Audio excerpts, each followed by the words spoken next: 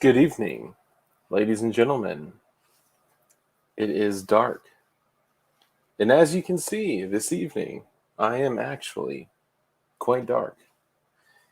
So we have a very exciting guest to introduce to you all. Robert Ribbit Harrison. What's up? Chittamemba. B. Fairchilds. What's up, brother? Carolina EDC Reviews. OP. Safe Line Live. AGR. Man Against the Masses. Hey, I hope you copped a whole booty load of ammunition when you went out. I saw that picture that you sent me, and I was jealous. Joe Morris, what's up, brother? All you guys in here already. I really appreciate y'all coming in. Too many choices. What up? What up? And all right, so today we have a very special guest. I'll keep it dark for a minute, and then I'll bring my face in there. Why don't I go glowy blue? Boom. There we go. Oh, well, somebody covered up my light. Would you look at that? So today I have somebody very interesting. You may have seen him before.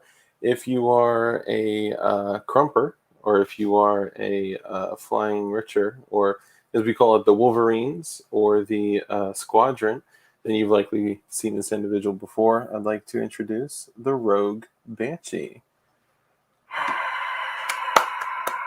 That's where we have like the stadium clapping and and all that. What's up, man? Not much, man. It's good to be here. Dude, and somebody told me, I actually opened up my email, and I got a little note that you and I are wearing the same shirt today.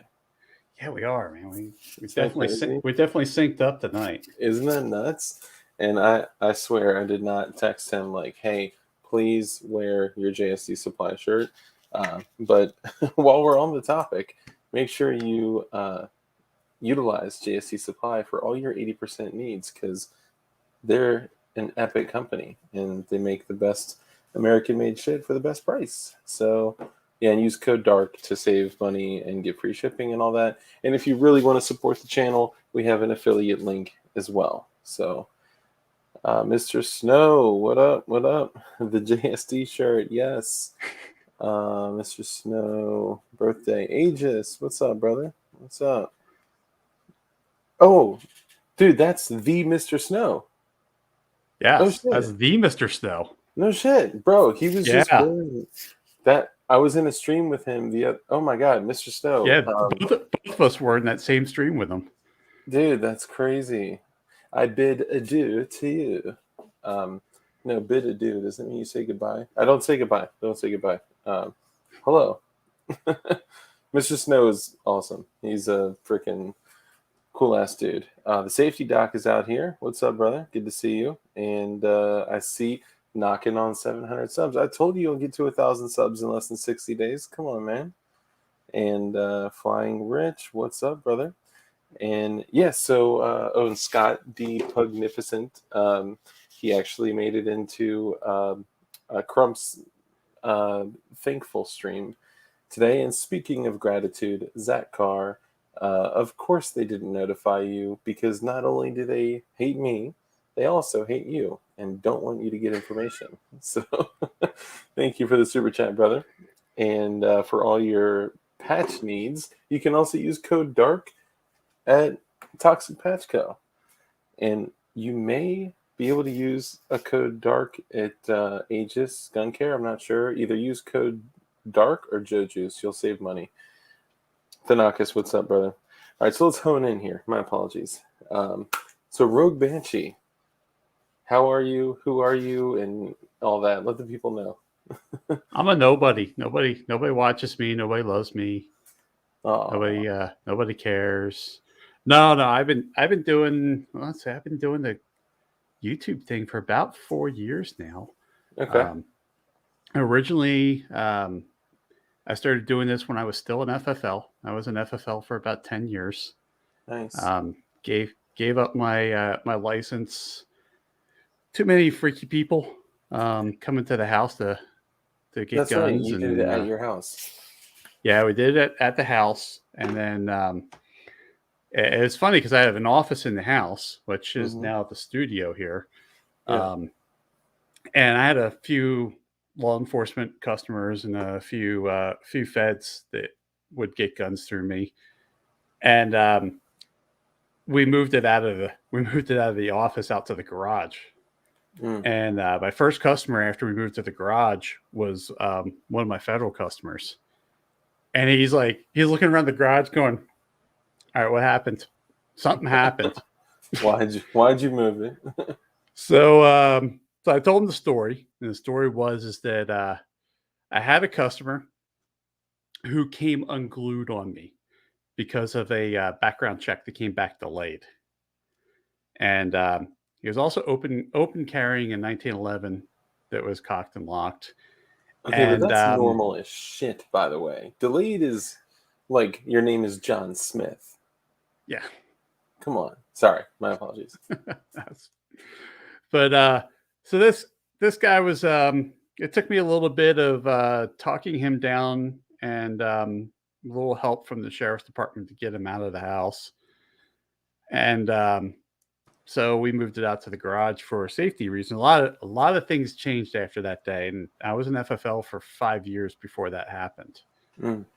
And then the last year of my license was just pure hell. Cops were here like $50 a gun. No, the cops were here like once a month getting someone off the property.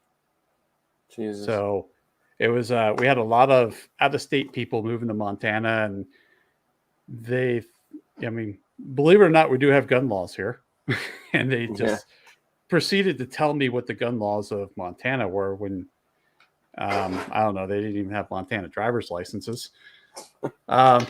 So it was kind of interesting, and so we just, for safety reasons, we shut the business down, and I just concentrated on concentrated on the video stuff. So originally started off as a channel just taking guns apart and putting them back together, because at the time I was doing Cerakote work, and quite frankly, I don't want to take your gun apart and I don't want to put it back together. Yeah. So that was it was really how the channel started, was so people could take their stuff apart and put it back together so I could do Cerakoting. Yeah. And after getting my 1,000 subs and getting monetized, well, YouTube doesn't monetize that type of content. Yeah. They don't like it at all. They really don't like it when you build 80% guns. Oh yeah. Or 3D print. Mm-hmm.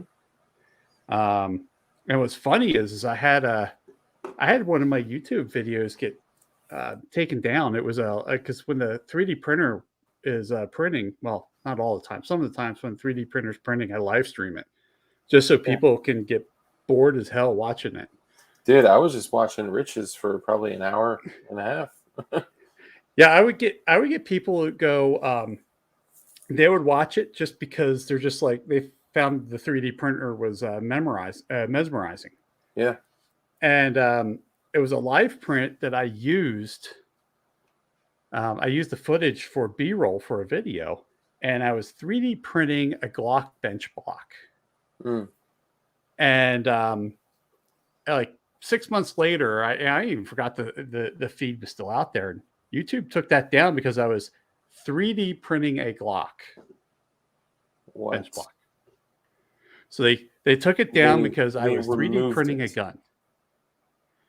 And I fought that one really hard. That went up a couple of layers at YouTube, and then because I got a community off of that video, and it came back because the right people got involved, and they're like, "It's a block of plastic. It's not a gun." Yeah, it's so 3D printed a gunsmithing tool. It's like, even if you were, like, come on, dude, this is so crazy. Like, seeing all these people say, so we're gonna do some additive manufacturing. It's like they can't even say. Yeah, it's crazy, man. So, but yeah, it just kind of. I mean, that one, it wasn't going to kill my channel. I mean, it was a first community strike, so I get them occasionally. Just every once in a while they'll pull a video down because they don't like it because it's someone doesn't like that I put a gun together. Showed you how to put a gun together. Yeah. But it just kind of pissed me off when they took that one down, because I'm like, if I was 3D printing a Glock, okay, you took it down. Okay, I rolled the dice and I lost. I Yeah. printed a block of plastic, Yeah, man, and it's crazy. that just really Dude, I've really done. torqued me. I think it's part of it is like the size of your channel. Like the more reach you have, they're going to be more on you, right? And Yeah, I've done a live stream where I literally drilled, and Lone Wolf sent me a Freedom Wolf 80% lower for free. They were awesome about it. I was like, hey, I'm a fan of the Timberwolf frame. I saw that you just came out with the Freedom Wolf, and I think it's one of the best lowers out there for a Glock. And they were just like, cool, here, we'll send you one. It's like, dude, that's awesome. So I was like, I'm going to do it on stream. And they're like, what? Are you serious? I was like, yeah, why not? Did it. It's still got the green dollar sign to this day. It's going, but from that point when I was smaller, about half the size that I am now, to today, there's nothing that I can do, like even dancing on that line, where they wouldn't just shut it down right away.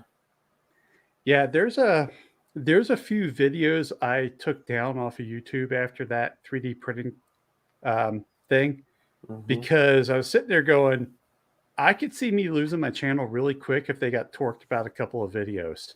Oh yeah. Like I had a couple of videos on 5D tactical and what's the other? Basically, the two are clones to each other. Mm-hmm. I took those two videos down because even though I had taken portions of the video out, one of them had already been taken down earlier. Mm-hmm. And I argued the thing. I go, look, it's not the entire video. It's not the entire way of doing it. So Yeah. therefore, it fits community guidelines because I don't actually show you the full process. I Yeah. lost that in about a second. And then Wow. I'm like, yeah, because that was my warning. Then the 3D printing was my community. Yeah. And then I was like, yeah, there's a couple other videos I could lose a channel in a heartbeat. Yeah. So I took That's a second couple thought. of videos down after that. Yeah, I've got some videos from back when we first started the channel. It was me, another guy, and Dugan Ashley, formerly of Carnicon.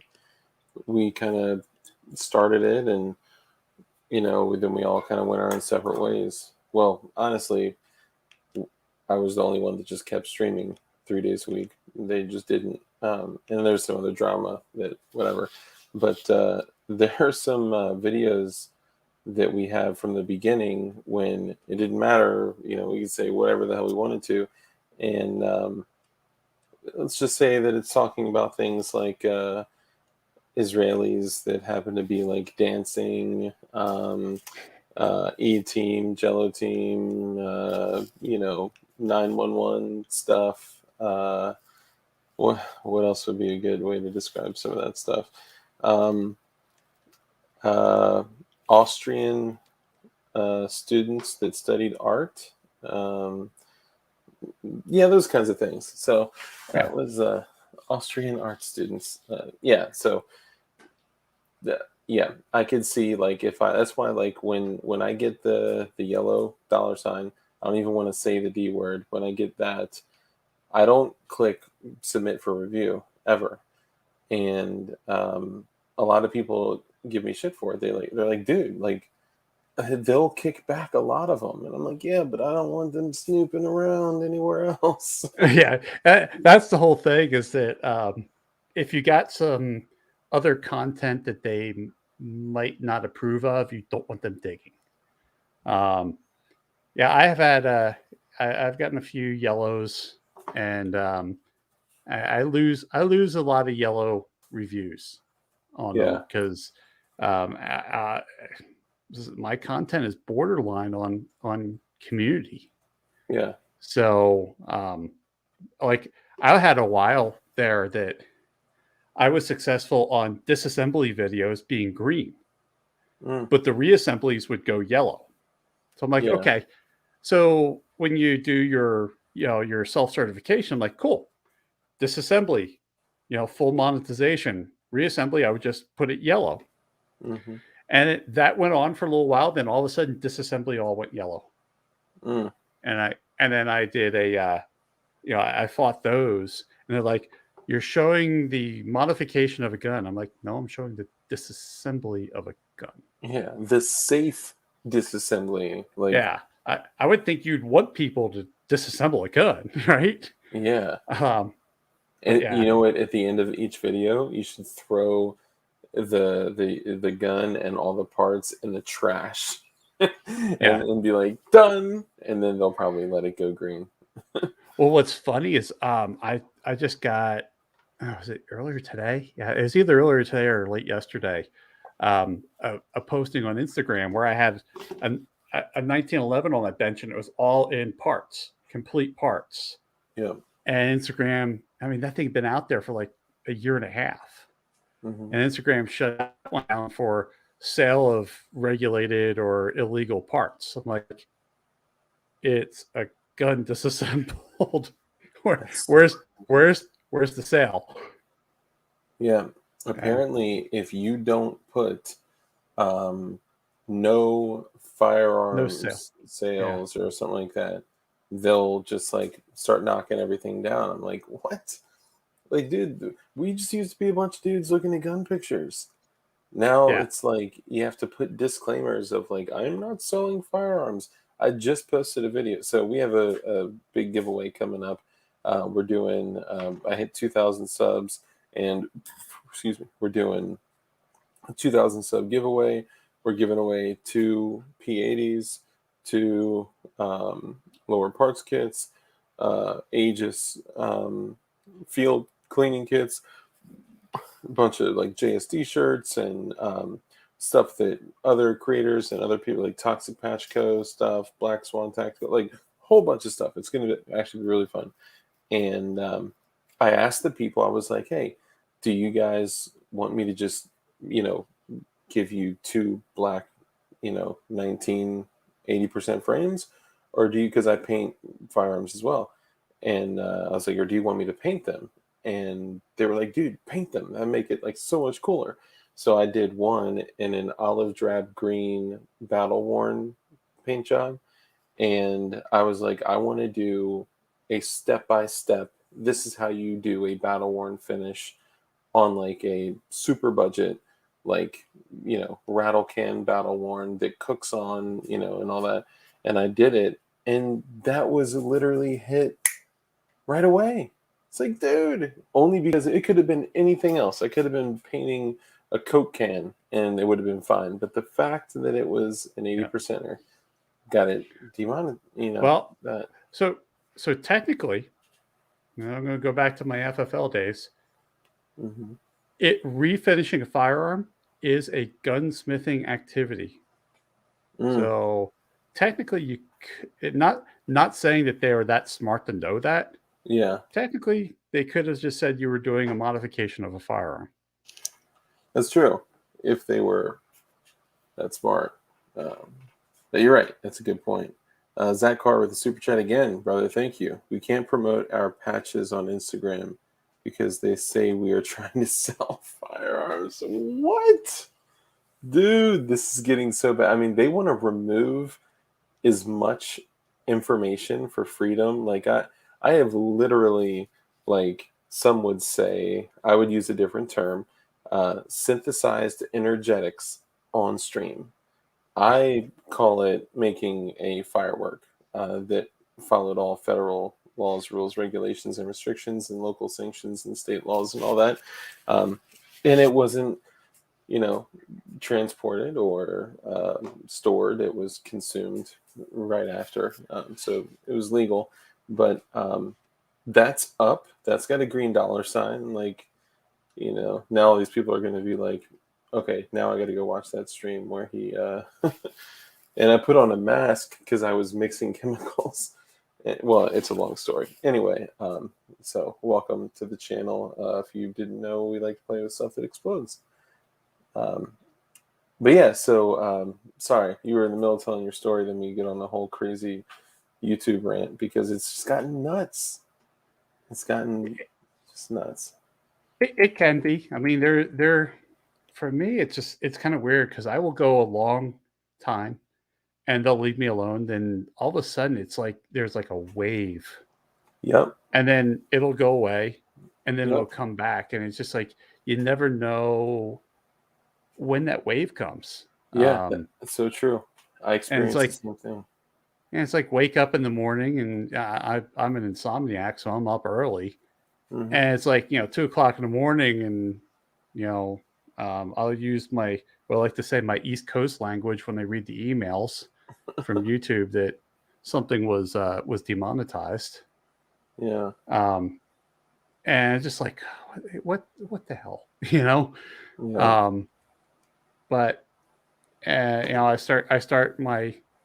start challenging all their decisions, and I've been pretty good at getting them reversed, but Really. it's just one of those things. I had content that was green because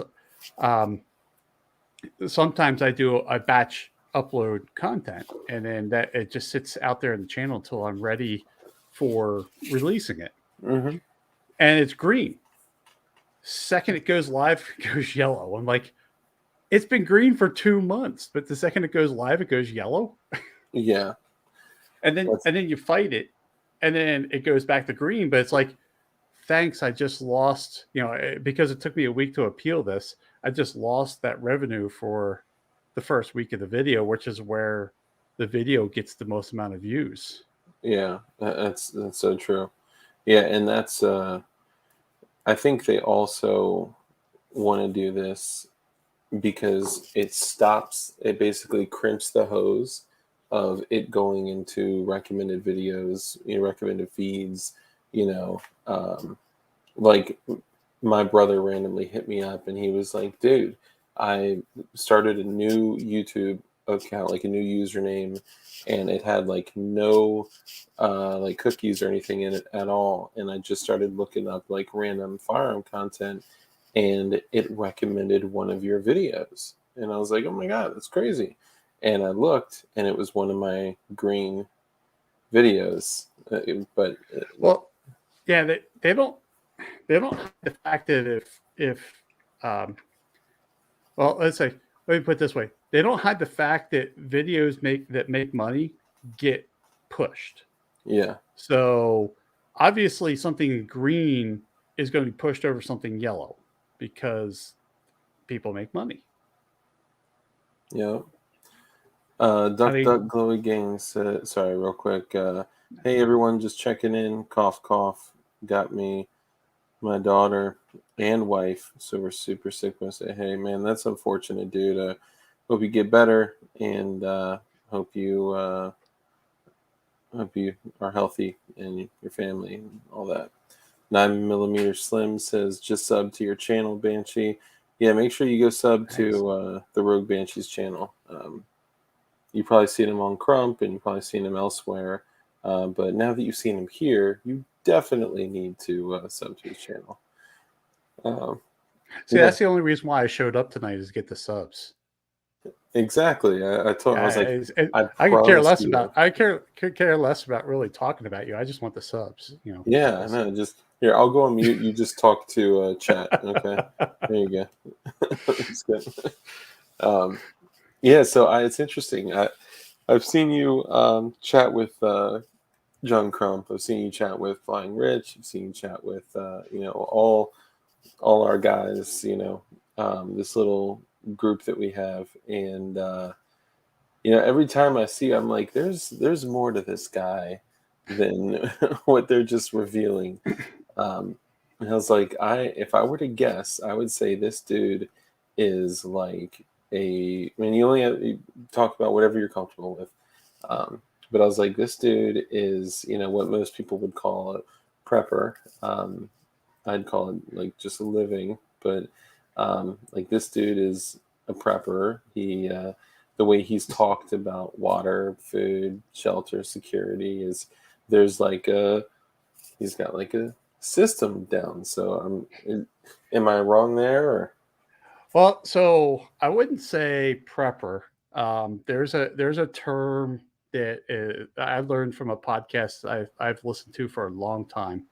It's got a negative It's connotation. call it modern survivalist. Yeah. So the idea behind a modern survivalist is, well, survivalist means to live, right? Yeah. Because if you're not living, you fail as a survivalist, and everybody's going to eventually fail as a survivalist One day. But it's kind of a different concept. It's not going out and buying 6 years of MREs. It's not. I mean, food's important, security's important, shelter's important, all that stuff's important. Yeah. But it's looking at what is the most likely scenario. Is Red Dawn more likely than you losing your job? You're probably going to lose your job before Red Dawn, hits. Very true. So, and I'm purposely bringing up losing the job because, well, I just lost my job. Thursday will be Thanksgiving. It'll be 2 weeks ago. I lost my job. It sucks to hear that, man. I'm sorry. I've been. I appreciate it, but the funny thing is my employer probably did me a favor by doing it. Because it's forcing me to do what I was going to do all along. By them exiting me from the company, they're actually kind of paying me to make my next step. But that's the thing is, we worked very hard. We when we moved to Montana from the East Coast, we had still lived like we were on my East Coast salary. For those that don't know, Montana doesn't pay crap, no matter what your job is, compared to industry standards. Yeah. So we kind of dug ourselves in a hole. We spent, I think it's like my wife and I go back and forth about this stuff. We can't remember if it's 6 or 8 years because we really weren't paying attention.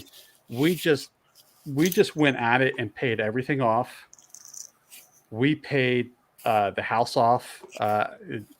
So a year ago, December, we paid the house off. That's huge. And trust me, getting out of debt is an important part of prepping, because when you are paying those debts, you are basically slave to the system, right? Yeah. Because all they want to do is they want to keep you paying. They'll give you, banks will give you money, and all they want to do is just keep you paying. They don't care if you're going to get ahead in the game. They actually don't want you ahead of the game. And trust me, I've worked for banks. I understand. They definitely don't want you making money off of that money. they don't. Yeah. So we saw me losing my job over 18 months ago. It was almost 20 months ago we saw my job. It's just my wife and I saw it. We saw the patterns that were happening in the company. So we knew I was going to lose my job almost 2 years before my company saw me losing my job. Oh. So we had prepared for it. We had been living a very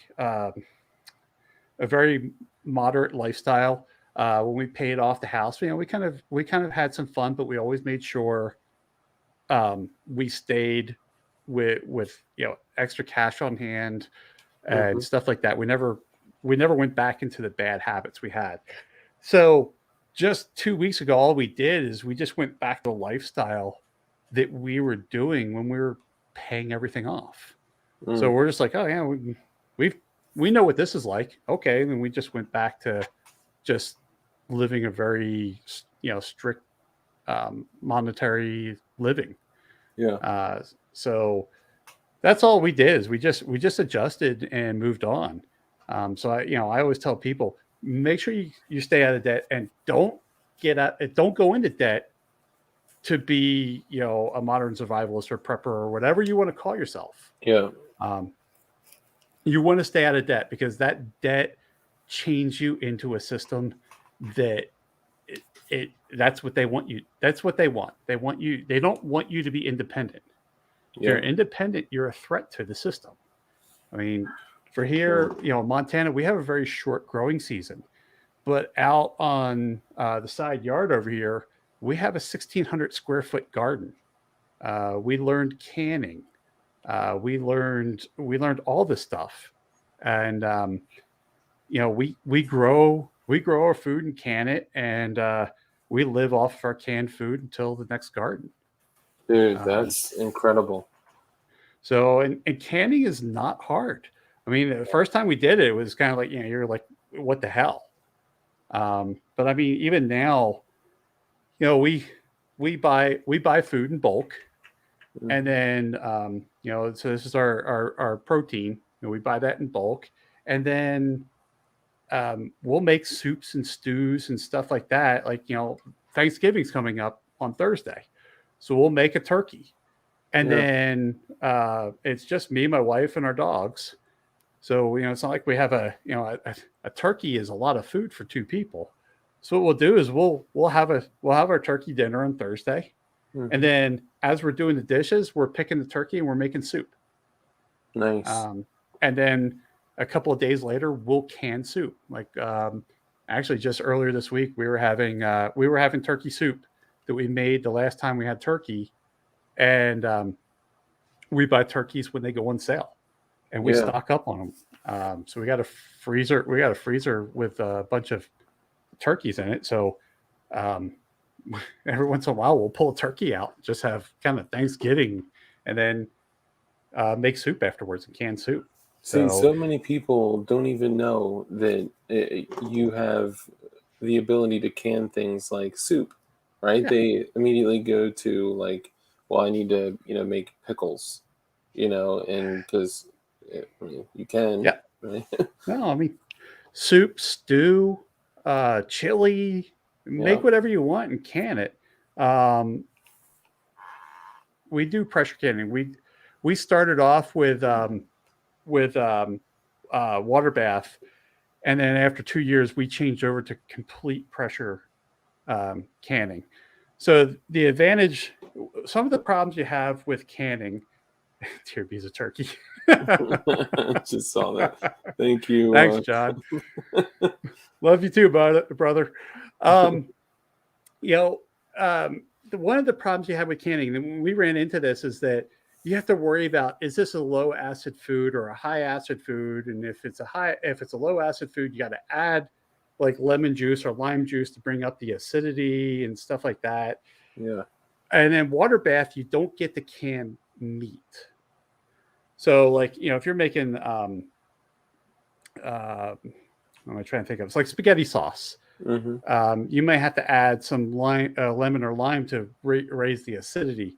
Whereas when you're pressure canning, my dog's down here wanting me to play. Um, when you're pressure canning, you don't worry about that stuff. You don't worry about if it's low acid, high acid. You just can it and Yeah. run it. So And you're canning's talking a about really when you are canning and you are literally putting them in a water bath and basically getting the air out till they yeah. pop down, right? So you can put meat sauce, anything with low acidity if you're pressure canning, Yeah, right? that's why I say you don't even worry about acidity levels when you're pressure canning, because with that pressure canning, your water is, because it's under pressure, is going above boiling. So you're getting that heat all the way through the jar, that you're killing all the bacteria into it, so that you don't have to worry about it. And that's why you would add acid if it's a low acid food in in your water bath. You're trying to add that acid to try to kill off all the stuff in there. Whereas Mm, under pressure canning, that heat gets so high that nothing can live. Yeah. Thanakis says if a female is on her period, you better not let her can green beans. Every one will go bad.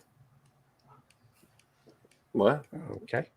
I was not aware. I'd love some data on that. Or if you're just being hilarious. I don't know that in any pressure canning manual I've seen.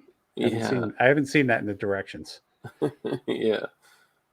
Maybe it's like Anchorman. The bears can smell the menstruation. You're putting the whole studio at risk. Yeah. Oh man.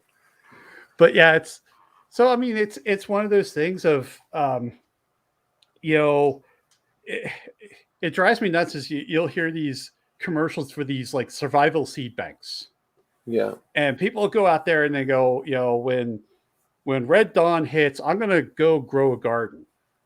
You're not. Yeah. That's too late to do it because you may have never gardened before.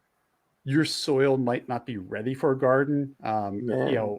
Where our house is, it used to be a farm, Mm-hmm. and all they did was use pesticides and Oh herbicides and shit. all that stuff. It takes every time we broke ground and expanded our garden, it Mm-hmm. took us about 3 years to fix the soil so that it'll actually grow. Dude, I was gonna say I'm a year and like 6, 7 months into growing produce, and I finally have like, and I'm in VA red clay that sucks. I mean, it Yeah. eats everything, spits out nothing, and the only way that I can do this is by keeping the ground moist enough to where I can attract worms. Starting Yep. castings, starting putting bananas in the soil to attract the worms. Um, and I finally have strawberries and cucumber. Right now, actually, even when we're literally like freezing, I still have four just beautiful strawberries just like sitting there. I'm like waiting for them to die or get eaten by the little fucking chipmunks. Um, but yeah, I've not. I couldn't even grow grass when I moved in here because I used to live very close to the city, and it was just way too high density, kind of too close when all that shit was going down with, the peaceful protesters, the insane rioters. I was like, we moved before that, but just the fear and the thought of, you know, what would happen if I lived in a building with hundreds of people. Now, I had a plan. Even in that situation, I had identified the maintenance.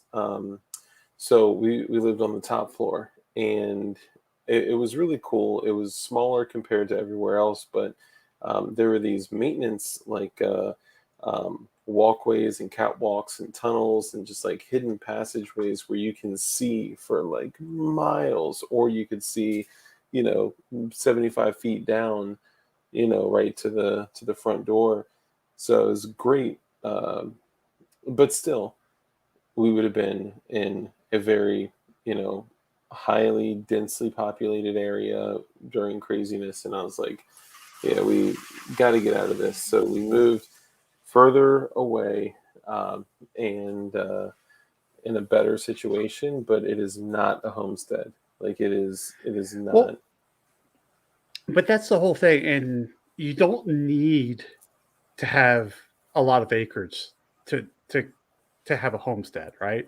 Yeah, Um, you can do urban homesteading. There's all kinds of things you can do. for So, sure. I feel that it's and mostly in habits. yeah, I mean, it is because I saw Rich out there in the chat talking about aquaponics. I mean, you could always do aquaponics Hmm. inside the house. Um, if you're in an apartment, you can do you can do any of this stuff no matter where you're at. Here in Montana, we have a very short growing season and a very cold winter. Our growing seasons are short, so we have to choose what foods we're going to grow. We're not going to grow tomatoes. We will grow cherry tomatoes because they have such a fast turnaround in them. Yeah. So when my wife makes tomato sauce, and she's a South Philly Dago, so Okay. she loves her. She makes great sauce. Hell yeah. Had no idea From that she was that scratch? good at cooking when I met her, but Do you guys make um, sauce like from tomatoes yep, and nice? That's awesome. yeah. So she does that. We just made salsa for the first time this year. Um, Oh, that's cool shit. and so we're getting through all this stuff. Is you just change to your climate. We have a very short growing season, so we grow things. We don't get as many peppers as we want to, so we'll just grow more pepper plants. Mm, um, so we'll do all kinds of stuff just to make sure that we have food, and yeah.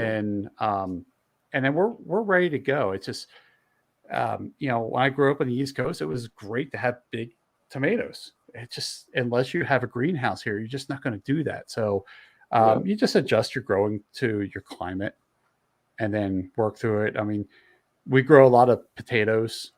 We can potatoes. Like when Nice. we cook our turkey on Thursday, the potatoes we'll put in is going to be potatoes that, well, actually we have some sitting in the other room there. But we'll actually use canned potatoes. Like when we make our own soups, we'll use our canned potatoes for that.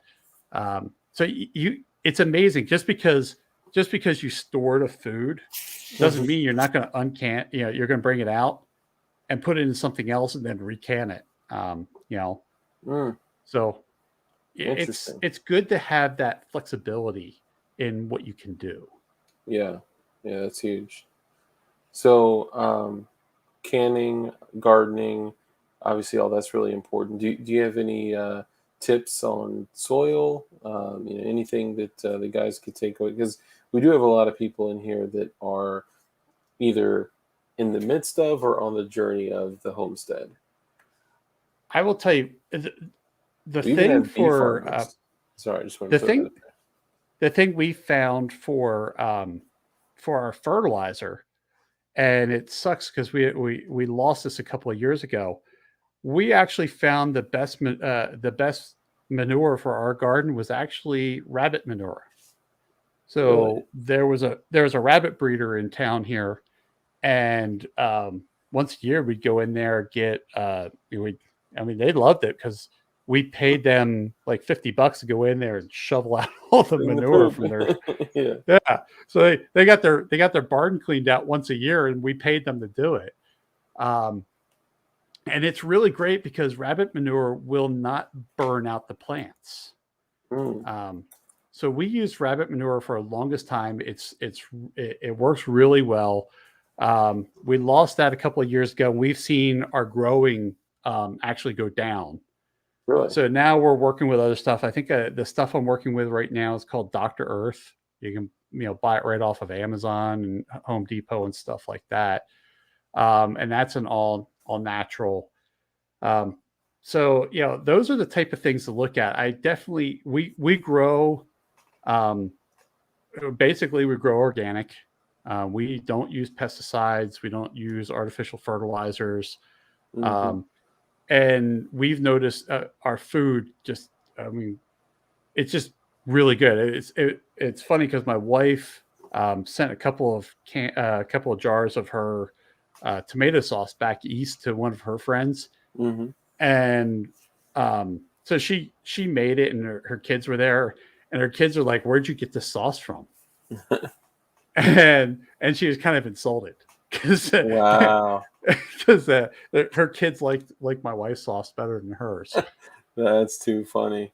Um, but it's you know it's being good stewards of the soil, right? Um, we have apple trees, cherry trees, and plum trees Hell yeah. out on our yard there. So we have our own little food forest going out there. So we want to make sure that we're taking good care of those trees so that they continue to produce for us. Yes. There's very few trees on the property that are not food producing. We have a couple of pine trees, which in the one corner, that's just where our pine trees are. And then there are 3 cherry trees on the property that are not, they're just flowering cherries. They don't actually get cherries. Okay. And then after that is it's all food. So we just kind of took our property and turned it into food. We had so many plums one year, we had no idea what to do with it. We were making plum jelly. And then 2 years ago, 2 years ago, we were like, God, we still got a crap load of plums in the freezer. What the hell are we going to do with this stuff? So we ended up making, what was it? It was something like 5 gallons of plum wine. Wow. 5 gallons. 5 gallons of plum wine. Yeah, I'm gonna be. And we made that like 2 years ago, and I'm still drinking that stuff. Jeez. That's so. Most people wouldn't think that resourcefully. They wouldn't think to be that resourceful. That's the way you have to think. Changing your mindset on. And again, I don't think say prepping because that's what people typically call it. Yeah. Well, if you think about it, so we made plum wine, and I like what they're talking about with they're talking about the hard cider. I didn't even think about hard cider, mostly because I think of we eat our apples don't last. We eat our apples, and if there is going to be any left, we end up making applesauce and canning applesauce. So, it's one of the things, if you think about it, if you really want to give the middle finger to the government, it's not illegal to make wine. That's true. And you don't pay tax on it. Yeah. Very good point. And if shit did just get balls deep crazy, like full WROL situation, booze is an excellent barter product. Yes. Yeah. T for Texas. Sorry, go ahead. No, go ahead. Announce his super chat. I was going to say, T for Texas, thank you for the super chat. He said, here's a contribution to your canning fund. There's a little bit of a joke because I'm a builder, right? I've been building everything from, ARs, Glocks, like crazier shit too. But I was like, so I have, a kind of a guilty, like, thing, whatever, guilty confession. It's like, I don't have a vice and I literally do everything on my lap. And they're like, what? It's like, yeah, I just drilled through, the rear trunnion of an AK with an 8mm bit, like on my freaking, like, my freaking thigh, like it's crazy. And so I started getting all these crazy super chats. People like, for your vice fund, and then it went crazy. Like, it was nuts. Like, I could get a diamond encrusted vice at this point. And thank you guys. I will get a nice vice. Yeah, Flying Rich says vice fund. And then so now when stuff pops up, people are like, they'll name, if I'm like, oh, I need to get this, they'll send a super chat like, hey, this is for the suppressor fund. This is for the, so T for Texas, thank you. Well, I was thinking canning fund would be, since you're talking about suppressor, it's your can fund. I like that. I got a couple, I keep close by. This is a Gymtech multi-mount 9mm can. I got the AAC SDN6 30 cal suppressor. But these things are, I love these. That's not a suppressor. That is, that's a billy club. Yeah, exactly. Yeah, see, so my firearms identify as dirt bikes, so those are just mufflers. There you go. That's right. Yeah. It's a muffler. Yeah. So I'm sorry. Going back to the topic, for canning. Oh my god. Zach says, "You mean a toxic engraved vice?" Yes, not a vice like that. A VICE, a VISE. That's Well, if you think about or going back to the alcohol thing, if you make wine, and again, it's not against the law to make wine. You can make, I forget how many, it's like 100 gallons or something like that, 100 or 200 gallons or for personal consumption. really, Um, if you are in a Red Dawn situation, wine is really good for if you got to suture someone up, just get them nice and drunk. yeah, yeah. That's a good point. And most people don't even have suture kits. No. Yeah, they don't Um, have med kits. They don't have. Yeah, yeah. so So it's one of those things of there's things, I go back to paying everything off. Then it's looking at what's going to be beer keg opportunity. he Yeah, yeah, I like he's that. legit. He's legit. Walter's yeah, he's got some products going on for only self consumption, of course. Yeah, it's but it's one of those things of you pay things off, start start looking at what you're going to prepare for, and then like I say, you're more likely to lose your job than rent on. Okay, cool. You're Yeah, prepared for losing your job. Now what's next? Because you'll find that if you prepare for losing your job, you prepare for a lot of other things at the same time. yeah, Because if you're going to lose your job, you're gonna make sure you have some spare money. You're going to make sure you have this stuff called food. yeah, Um, and our whole idea was is that if I were to lose my job, we want to be able to go a year without me having a job, and that yeah. includes no unemployment, anything like that. Hmm. And we prepared pretty good for that.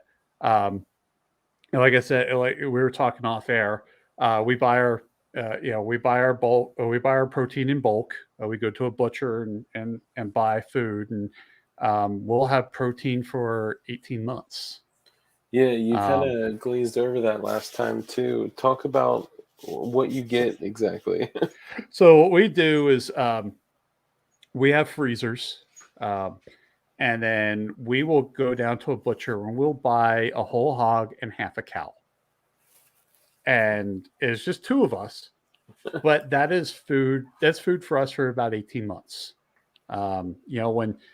When the cough hit and people were freaking out, we were hearing about ground beef being $10 a pound from my in-laws on the East Coast. We're sitting there scratching our heads, going, "Crap, we got like 40 pounds of ground beef." Mm, Um, and then what happens when you buy your food in bulk like that? We just got our cow. We just got our half cow not that long ago. hmm. I think everything averaged out to like $2.99 a pound. $2.99. Yeah, $2.99 a pound for everything. And we Wow. got T-bone steaks, we got ribeyes, then our regular, stew meat and uh, strip steaks and stuff like that. Um, Wow. Roasts, and we'll make we'll make a lot of roasts. Yeah. We'll take our canned potatoes and put it in with our roasts, and we have our pork roast. Here, Megan, go play with that. So, um, and it's just making sure that you're gonna be able to eat, um, Yeah. and do that stuff. You don't. I mean, if you think about it, um, you can only go so long without eating. I mean, it might get bland. Like we get. I mean, of Yeah. course, we eat all the steaks first, Yeah. because, but and then we end up with 30 pounds of ground beef at the end. So it's a lot of burgers. You make some spaghetti, make some spaghetti. Yeah. Um, you get creative with it, right? Meatloafs and stuff like that. But Well, I was saying spices. when the cough hit, everybody's freaking out. We're sitting there on food. Everybody's fighting over ground beef, and we're eating a ribeye. Yeah.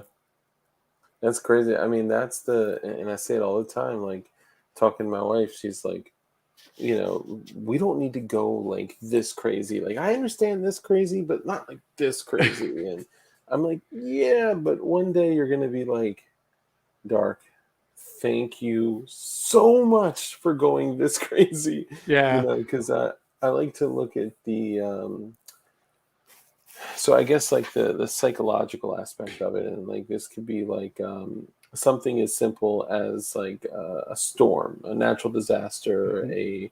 a plague of sorts. Whatever happens, like let's say it's something that is totally demoralizing.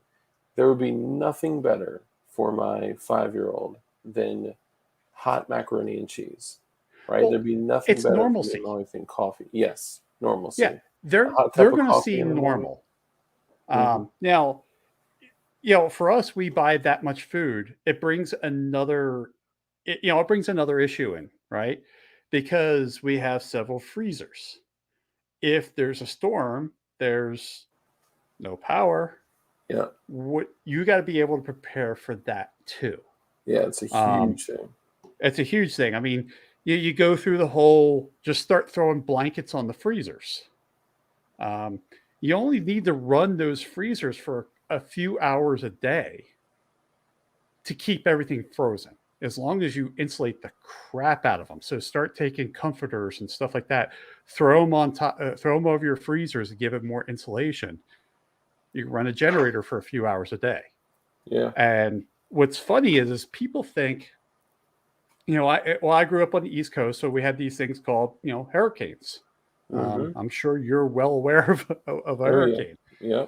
Um, so we have a generator from when we were on the East Coast, but what some people don't realize is sitting in their driveway is a generator. It's called your car, Yeah.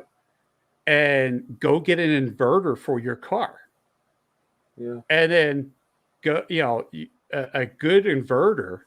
You just run your car. If you have a full tank of gas in your car will idle for a really long time. Yeah. Very long time. And you've got a generator. I mean, if you don't want to go out and buy a generator, you're going to haul around and set up. Look at your cars. You got 3 cars, you got 3 generators. Go get 6, not 2, not 1, but not 2, not 3. You have you have 2 for each car. That way you have a backup. Yeah. You Excellent will point. you will have power for a long time. And the funny thing is that if you pull out a 5,000 watt generator, fire that thing up, well, it's a lawnmower. Yeah. It's loud. If Yeah. you idle your car, it might not be 5,000 watts, but it's enough to run your freezers for a little bit. Yeah. Well, car is pretty quiet. No one's going to really notice a car idling. Well, and taking it to another level that a lot of people aren't aware of is, and I've brought up several times, I'm more than happy to share this PDF if anyone's interested, but fuel. Let's say you got 3 cars and you run all 3 dry, right? What do I do for fuel? Let's say I'm bugged in, cannot leave the house, but you have a still, right? You're making booze with a still.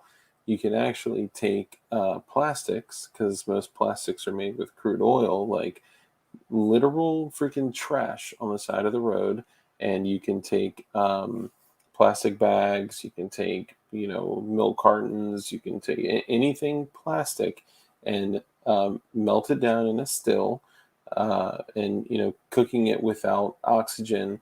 There are ways with different lengths of time and different temperatures to make uh, um, regular fuel, diesel, or kerosene from a still from cooking plastics. It's called pyrolysis. So you can literally like make fuel for your vehicle in your backyard with trash. If anyone wants the PDF, you can email me. Wood gasifier, Mr. Snow. Excellent point. Gerchop. Uh, this is for you. This is our resident celebrity. He would like to be referenced by name, Mr. Rogue Banshee. Gerchop? Yeah, it makes him feel good. We kind of make fun and troll him a little bit because he loves the attention. But Gerchop, we love you too. Oh, and P80 Ralph asked that you stop trolling his entire comment section with all the crazy comments. But no, all jokes aside, we love you. But yeah, a lot of people don't know about pyrolysis, and that I mean, you can literally look on YouTube and you can just search pyrolysis, and there are a handful of people that are doing it that are making gasoline. Most of them end up making kerosene or diesel because you got to have it at the right temperature for the right amount of time to make, pure, like good gasoline. But it's incredible that like everything we need either comes from the ground or comes from the sky or comes from our own, creativity and ingenuity. It's remarkable. Well, and even if you don't want to go that far, let's just go say your store fuel, right? Mm-hmm.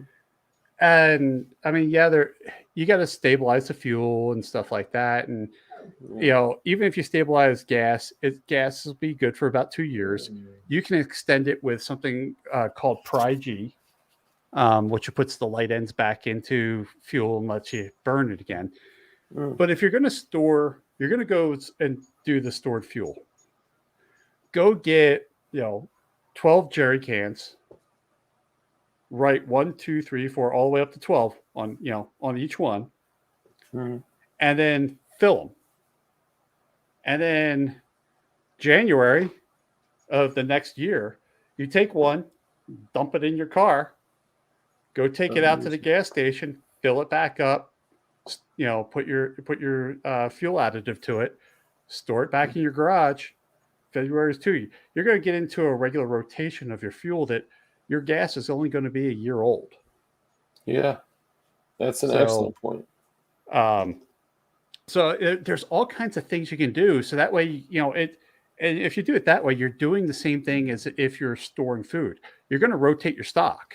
Yeah, you're going to do the same thing with your gas. And then if for some reason something happens, if you have Magnum is very vocal tonight. And is he a PI? He no, but he's a German Shepherd Doberman mix. Oh wow! So everybody thinks that we named them after the Dobermans from Magnum PI. Mm-hmm. We let them think that we actually named them Magnum because of like 44 Magnum or 357 Magnum. Nice. That's awesome. But so you're going to rotate. You can rotate your fuel just like you're rotating everything else. Yeah. So there's so many things you can do to be prepared. I mean, if you think about it, if you have 12 5-gallons of gas, because I'm freaking tired and lazy, 12 times 5, there's 60 gallons of gas that you stored. If something happens, you've got 60 gallons. Yeah.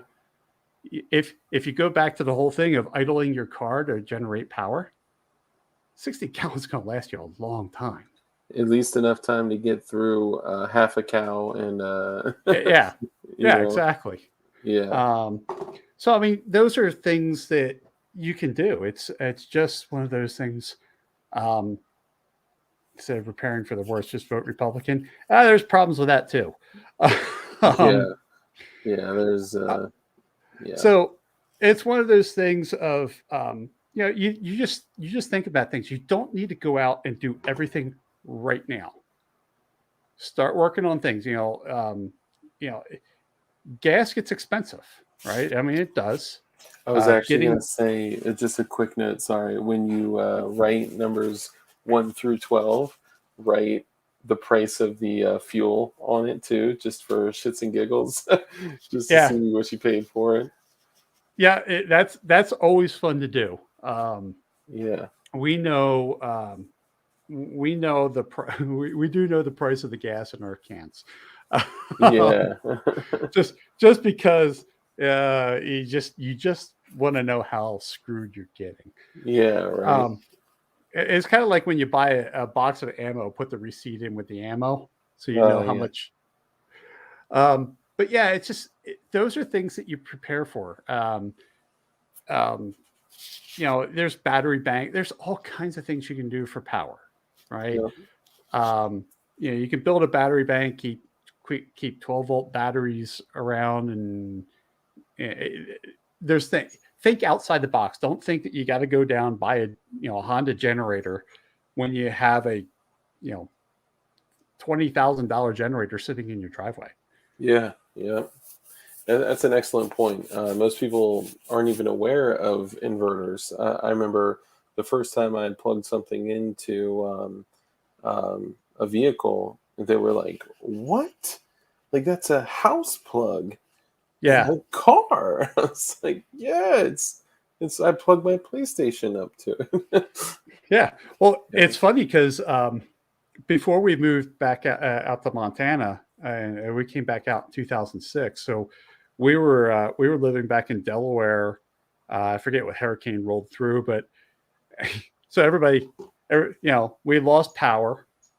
Our house sat at 35 feet above sea level. You could go out Mm. with an auger and hit water Wow. when you're putting your fence in. Everybody else is sitting around and it's all dark out there. We went out, cracked the garage door, fired up the generator, plugged the Xbox in, and my wife and I just kind of sat out the blackout playing Xbox and having a good old time. Yeah. Isn't that crazy? And that's why, like, part of me is like, man, should I make the investment in a solar generator? I would I would love to.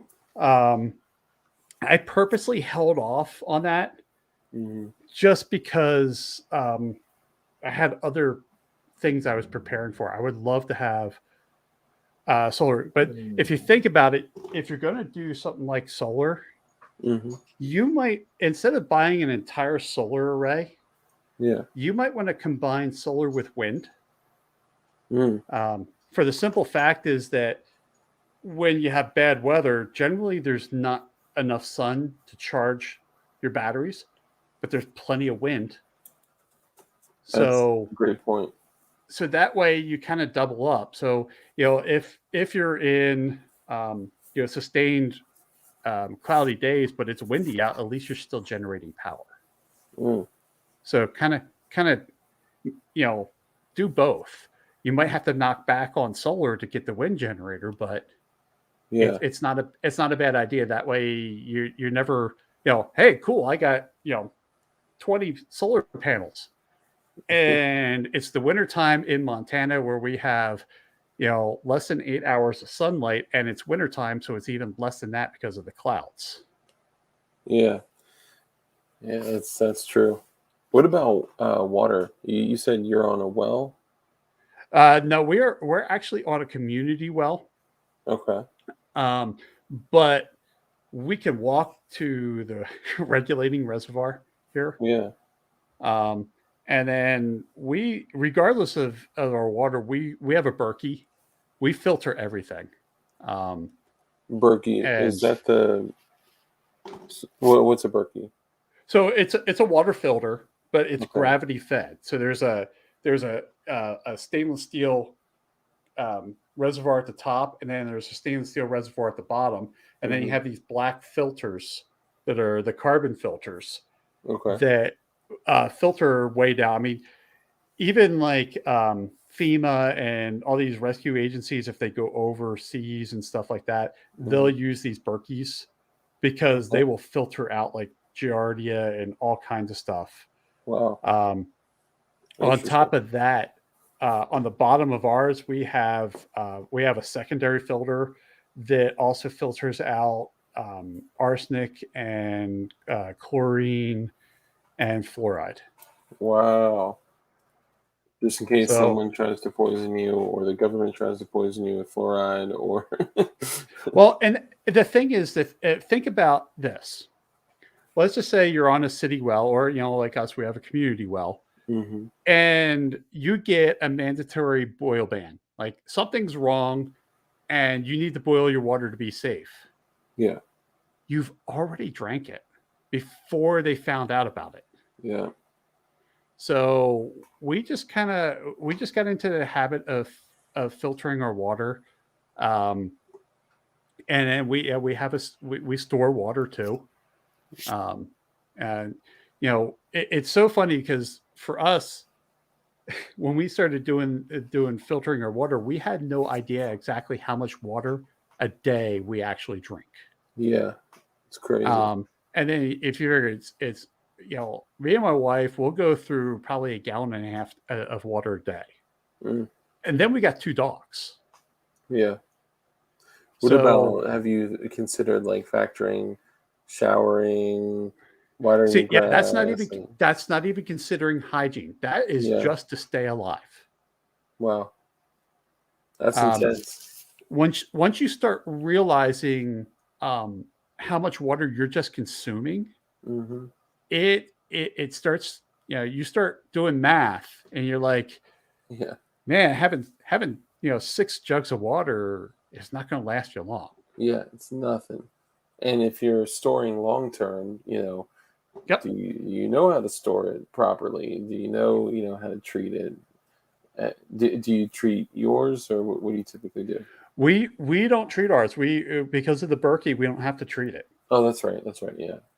So you, So you don't do bleach or anything like that. no, we don't do bleach, but you can do bleach. I mean, if you figure you go out and get a thing of bleach, you're only putting a couple of drops per gallon. Yeah. A gallon of bleach is going to last you a long time Yeah. of doing water. Um, if we had a bypass, and we keep extra filters for our Berkey. Hmm. Um, if we had to do something, we would probably boil before we do the bleach route.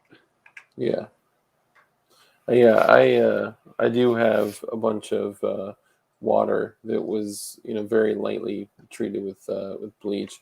One of the biggest things people don't do is they go out and get these huge containers, like, and the whole like prepping world has become this big ass like consumerism hole where Oh, it's it is like, totally. yeah, it's just nuts. Like, where you can go to Walmart and need to pick up something, and or go look at the ammo, walk down the wrong aisle, and it's like boom, like prepping shit everywhere, and Yeah, it's crazy expensive, and it's kind of, in a way, it's like kind of sickening. I kind of feel like it's I mean, I guess it's good that preparing for bad situations has become more normalized, but at the same time, it's the way that they're doing it. but if you think about it, is you get certain people look down on prepping, right? Yeah. Hmm. Um, they're like, preppers are crazy stuff and all that. But as much as I hate FEMA, even Hmm. FEMA says you should be able to be prepared for 72 hours. Yeah. Even the government says you should be prepared for 72 hours, but preppers are nuts. Yeah. Yeah. Funny how that works. Isn't it though? Yeah. Um, but I mean, 72 hours, I mean, 72 hours better than nothing, Yeah. but 72 hours is not a lot of time. Not at all. And I I mean, mean, it'll keep you safe from like nuclear fallout, to where you can go outside. That actually dissipates rather quickly. But like, yeah. and again, that sounds crazy, but I'm you Well, know. it's not, I mean, if you think about it, you talk about nuclear fallout. I'm in Montana.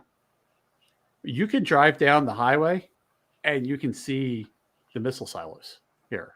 Damn. So, I mean, we have Maelstrom Air Force Base is just an hour and a half north of me. I'm in Helena.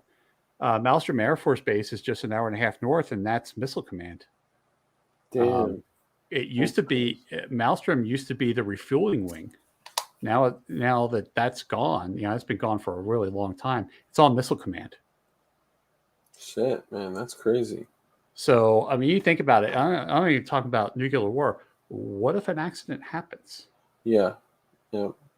I mean, that's a real thing. Accidents, freaks of Yeah. nature, like some type of natural disaster. Um, I mean, shit, it's happened before with nuclear Well, I was things. getting ready to say, I grew up in Philly. I remember 3 Mile Island as a kid. 3 Mile Island. Was that the reactor? That was the reactor Yeah. meltdown. Yeah.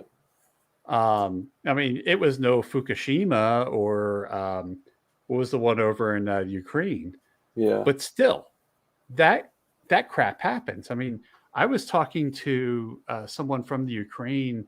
Um, she was a manufacturer's rep for my day job, and she remembers immigrating from the Ukraine to the United States, turning on the news, and she was surprised not to hear about how many rads of radiation were in the air, because that over in the Ukraine after God, why can't I remember that reactor? But after that reactor, Chernobyl. Thanks, Dirt McGrit. After Chernobyl went up, in their weather reports, they would talk about how much radiation was in the air. Wow. That's And crazy. that became normal for them. So I mean, you know, accidents happen. Yeah. And I mean, of course, the possibility of just nature, right? Like yeah, nature is such a beast. it And is. I don't know. Are you a believer in the whole harp situation and them I playing have, strings? I have, I have feelings about harp. Um, I, I'm conflicted about harp. I'll be honest with you. There Yeah. are some days I'm like, okay, this is real, and then some days I'm like, I don't know. But if you think about it, even if you don't go harp, you have the hurricane hunters, right? So the Mm-hmm. airplanes that go out and fly into the hurricanes to get pressure readings and stuff. The government did do some research. I forget, but was it in the 60s, where they were dumping dry ice into hurricanes to see if they could steer hurricanes. Wow. Um, so there were some protests, I think mostly from Cuba, and they stopped that Yeah. experimentation. But even if you don't talk about harp and generation of of stuff, Mm-hmm. you can talk about other things. About you can manipulate weather, Oh yeah. and every time, let's just face it, every time you screw with Mother Nature, it doesn't end well Yeah. She's afterwards, gonna screw right back. and much worse. Yeah. Yeah. I mean, I got in. It's funny. I got into an argument with someone I know who's an extreme liberal, and I go, look, I go, I'm not an environmentalist. I'm for the environment. I'm just not an environmentalist. Mm. And he's like, well, what the hell does that mean? I go, look, do I think that do I think that we're good stewards of the earth? No. Do I think global warming is because of man? No, because we've had 2 ice ages. What Yeah. happens after an ice age? Yeah. Earth warmed. Yeah. So, yeah. So going back, I know I went kind of off subject, but harp, No, no, it's good. I'm conflicted about harp. Yeah. Yeah, you know, I think I agree. I partly like joke about it, I guess, in a way. It's like you know, I don't know, like election day in Virginia, pouring rain. And I was like, kind of feel like you guys did this because with early voting, you know, I mean, obviously that's kind of a joke, right? Like, Yeah. but yeah, I don't know. I mean, there's like nothing would surprise me to any degree at all. Like, there's absolutely nothing. When I sit back and say, like, someone could walk in and with a straight face say, "Hey, did you know that the Charlie Indigo Alpha sold crack cocaine and guns? We've sold guns to the cartel. The federal government is spying on everyone. As a matter of fact, they have footage of you know what we were discussing at the old Kyle trial, which that's all I'll say on that. They're going after anyone that discusses The that. little thing doing this. Yeah, dude. I mean, no one's gonna be like, well, that's weird. You had something there monitoring everyone, video, audio, and oh, well, thank Yeah. goodness that you did, right? Like, no, can I get some questions answered here as far as why? Oh Well, God. I mean, it's funny because I remember um, when Edward lost his passport in a foreign country Mm-hmm. and couldn't leave an airport.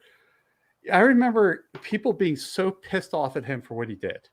Yeah. And I'm going, and I kind of kept my mouth shut because some of my customers that for the gun company, they're National Guard and Army and stuff like that. They're military and they got very strong opinions, and I respect them. Yeah. But they're like, someone needs to just get rid of that guy. And I'm just sitting there going, because I'm sitting there going, I don't understand what everybody is all pissed off about. I Yeah. mean, I understand. I don't appreciate how he brought it to light, but all he did was just confirm what we all knew. Yeah. I mean, we all knew what was going on. It Yeah. just no one confirmed it. He confirmed it. So, some of these people are just not prepared to understand that. I mean, look at and we kind of talked briefly prior to going live about like the bifurcation of the country, right? How it's like we have been purposefully split to have such a level of division to where we hate each other. In some cases, people have literally taken lives over it, and there's um, shit, what was I gonna say? There was oh God, I'm drawing a blank on it. It was damn, it was a perfect tie-in. But I guess the perspectives, right? It's different perspectives, and you could look at that with one perspective of like somebody that may be a federal employee, and you can look at one perspective of somebody who's just a civilian. That's like, you know, he's a hero. Oh, that's what it was. So the perspective of the extremists on the left side, okay, they're sitting here saying that these three dudes that had criminal records that have literally assaulted children um, with their privates. And I don't mean to Yeah. laugh. I'm just laughing at like how I have to say this, right? Yeah, no, I know. I get it. It's because you got to be careful what you say, but Yeah, the way you have to word it is just you're laughing at the situation of that you got to yeah, get the yeah. information Like out. it's almost bothersome that I bow down to it, but I want to get the information out too. Like I'm What so they're you got to calling them dance? You got to heroes. dance on a very fine line in Yeah, order to get information out and not get banned. yeah, yeah. Um, so they're sitting there, Colin. This is how polarizing of a difference we're looking at in people here. I would say that the gentleman that you mentioned that has a name that ends with Snow, who may live in a warm den. I don't even know if you can say his name nowadays, but I'd say Mr. Edward is a hero and of sorts. And I'm looking at these people saying that these three men that were involved, killed, and one was injured in the Kyle trial. They're saying that those three men are heroes. I, Yeah, I mean, it's all yeah. over the place. It's disgusting. Well, I and I well, the whole thing pisses me off. First of all, Yeah, because of of peaceful protesting. yeah, If this peaceful protesting didn't exist, that this whole situation wouldn't have come about anyway, right? yeah, But the problem is going back to what we're talking about offline is the ruling class, which is, for those of you who don't know me, that's what I call politicians, because that's what they are. They've exempt themselves from everything. The mm, ruling class has set this stage up where it's us against us. So because we're so busy fighting with each other, they're doing whatever they want to do.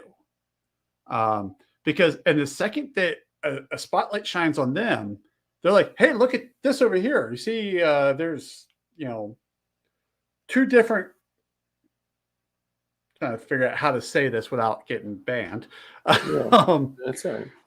There's there's just two different. I want to say classes. Two people that don't look the same Mm-hmm. are fighting because one has to be an oppressor.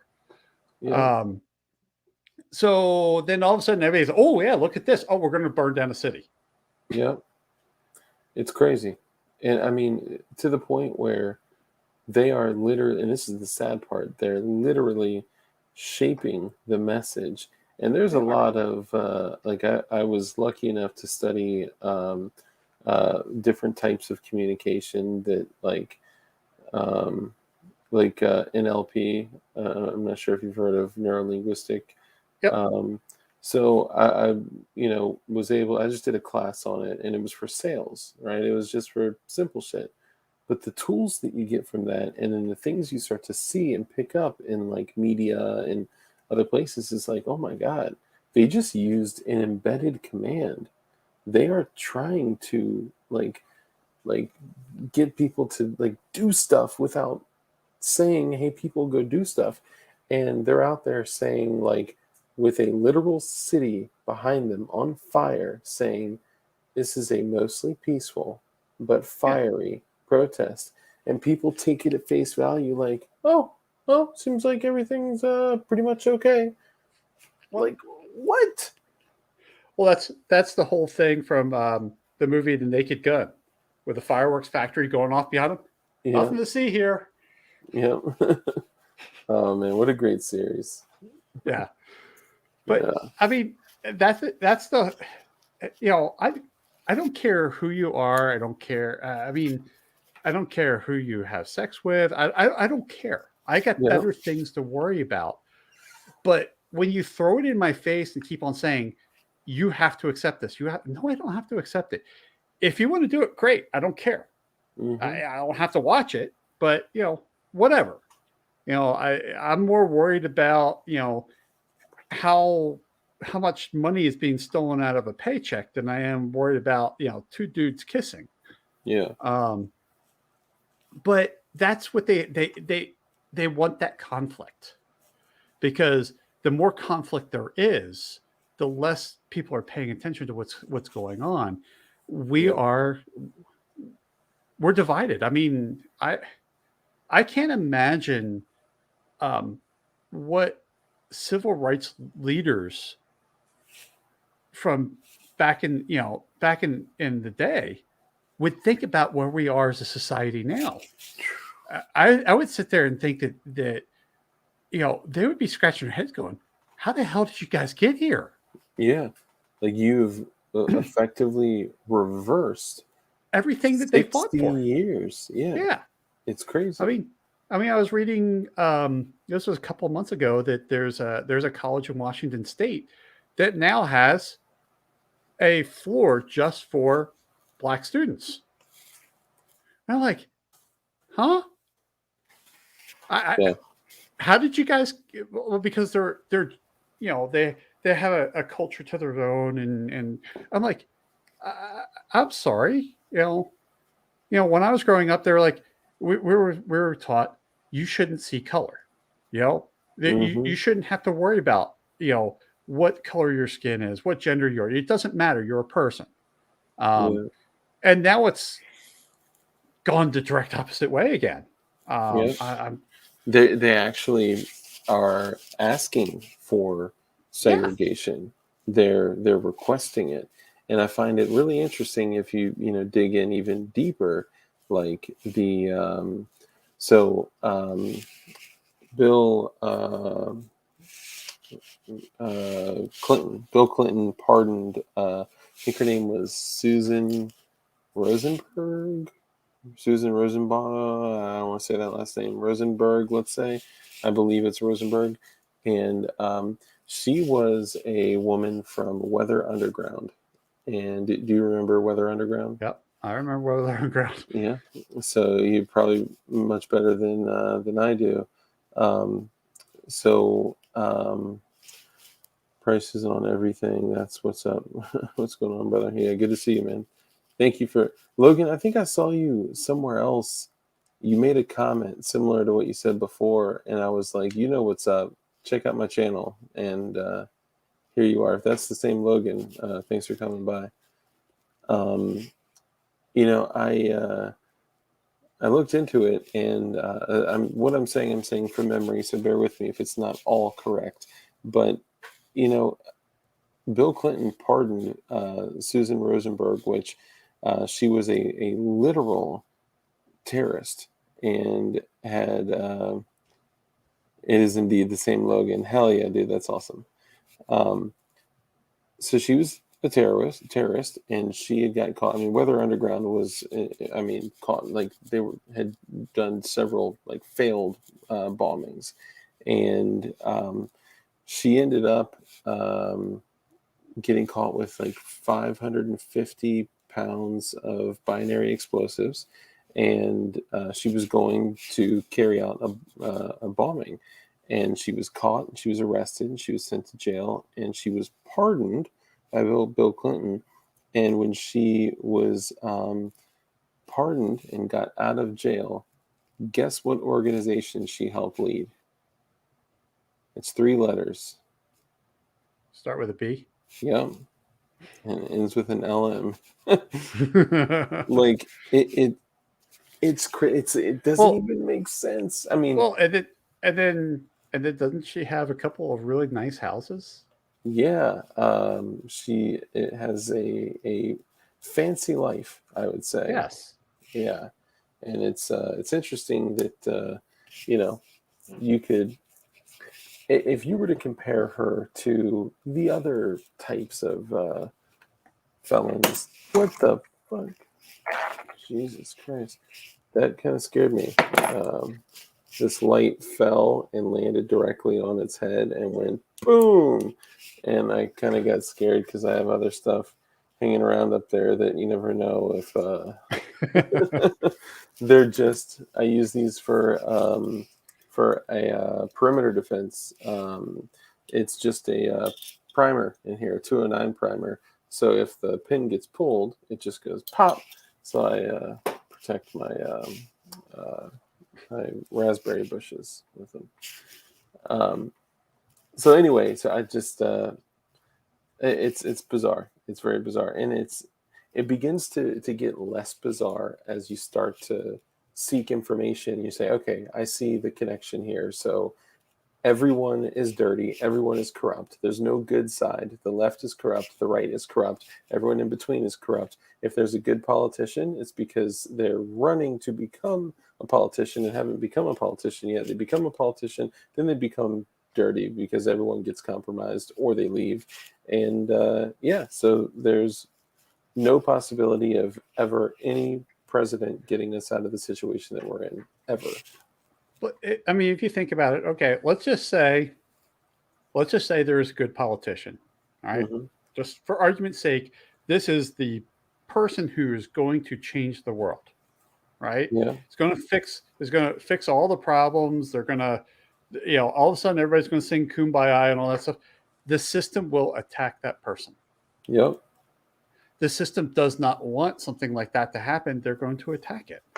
Um, I mean, one of my favorite politicians, and I don't really like politicians, is Ron Paul. Yeah. Couldn't get anything through because the system is not going to let him succeed. Yeah, it's not designed for people like him. No. Yeah. So it's just, I don't know. It's tough. And what I grew up in a conservative house. Hmm. For a while there, I used to call myself a Republicanian. So kind of a right-leaning libertarian. Yeah. And then, I will tell you that the more things that happen, the more I become a voluntarist. And Voluntarist. for those of you who don't know what voluntarist is the modern word for anarchist. Ah, We okay. volunteer to participate in systems, Interesting. That's an interesting. because the problem with the word anarchist is that it has such a bad connotation to it. I mean, It you does. hear anarchist, you think Mad Max. Yep. That's not anarchy. Well, they That use anarchy to be synonymous with chaos. Yeah, Right? exactly. It's in our It's vocabulary.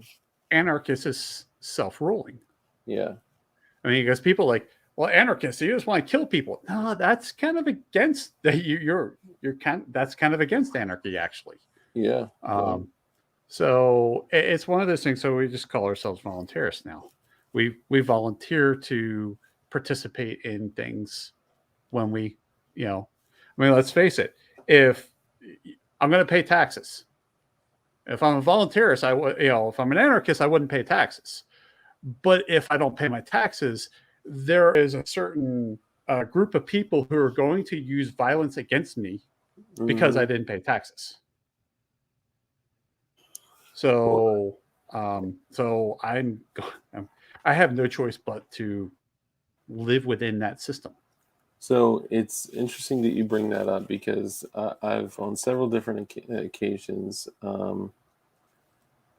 Chaos. No one read my comment. Hold on. Sorry, guys. It's hard to follow the chat while we're talking. My intention is to be purposeful, and I apologize. They never fixed anything back in his day or today. No, that's perseverance. Sorry, that was a wrong comment. Um,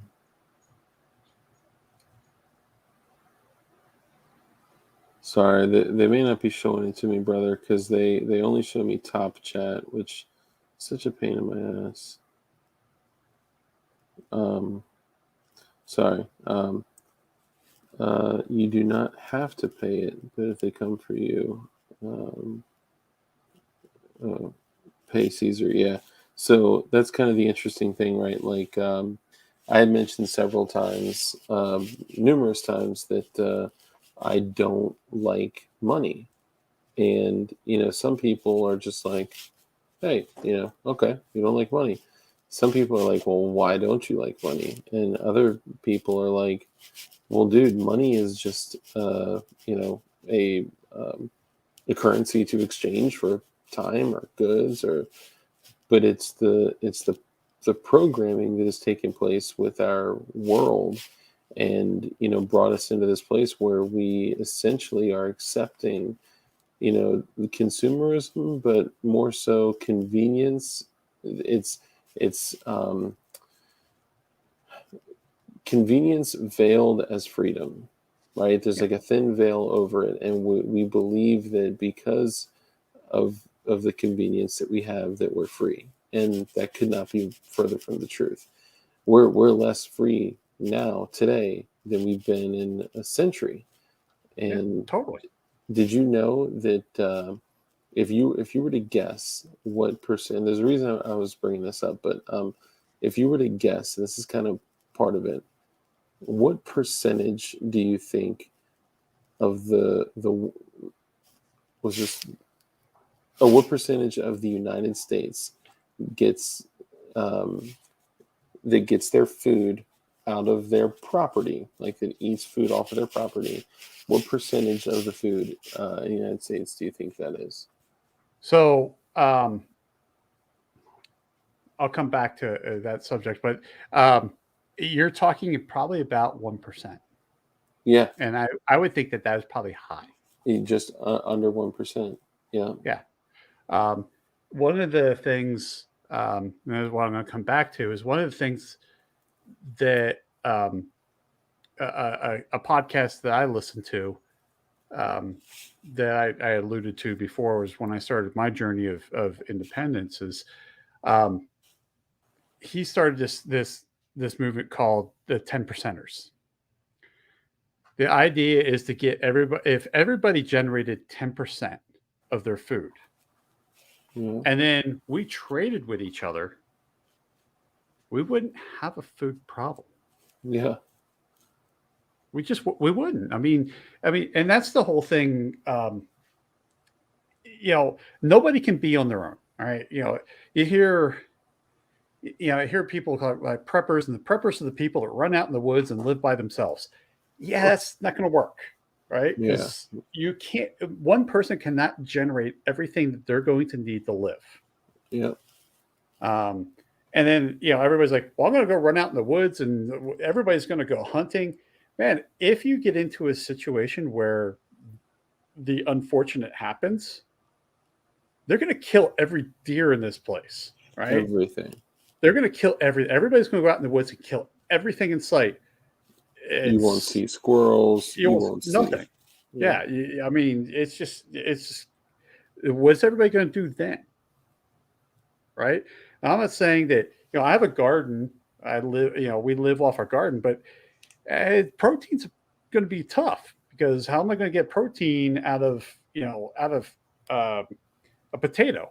Potatoes are carb. Sooner or later, I'm going to need to trade something with somebody else that they have chickens, right?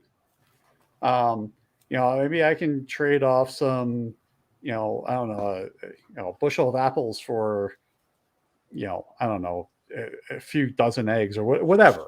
Or even your plum booze. Yeah, plum wine. Yeah, exactly. So,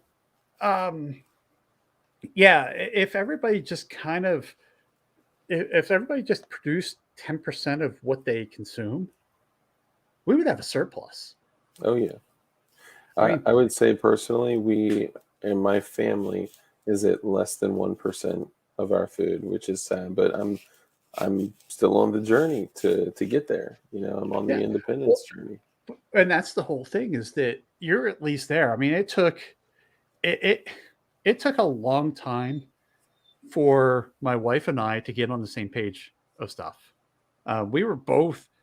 One person was there, the other person wasn't. Then that one person fell off, the other person was there, and then eventually it just got to the point where debt was just so high. We had to deal with it. Yeah. And it sucks that I had to get there, but it happened. Now the two of us are on the same thing. I mean, sometimes one of us is a little farther along than the other, and then that reverses. But in general, we're in the same direction. That's good. People just need to get over some of this stuff. We're a society of instant gratification, right? Mm-hmm. I want it, and I want it now. I was a victim of it. I want to say victim of it. I willingly bought into it. Yeah. I reversed that, and we're better off for it if people could just start going down that road. And then, when I was a kid, we didn't have everything we wanted. Yeah. Right. We did. I mean, it's just the way it was. You wanted something, we worked for it. So I lost my way. If everybody could get going in that direction, we'd be better off in the society. I mean, Absolutely. Growing your own food is a level of independence. Is great. Yeah. Everybody still thinks that the grocery store has a back room. There's very few grocery stores that have a back room, and when they do, it's not that big. Yeah. Usually those back rooms are for taking the items out of bulk and putting them out for sale. It's for breaking down pallets. Yeah, processing, not storage. Yeah. So, that's the whole thing, is we live in a society that is built on this illusion.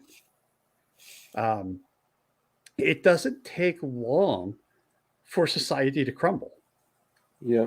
I mean, it doesn't. I mean, look, I hate to say it, but look at when Hurricane Katrina came in. Oh God, yeah. That society ceased to exist in like hours. I had a guy who survived Katrina. I mean, he had to go through and clear his house. It was bad. And he actually experienced it, fled it, like was kind of stuck in this world of the government's here to help us.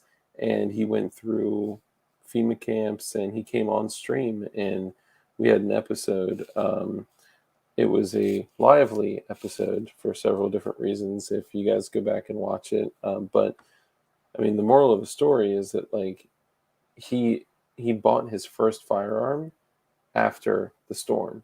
You know, he learned how to run a gun after the storm.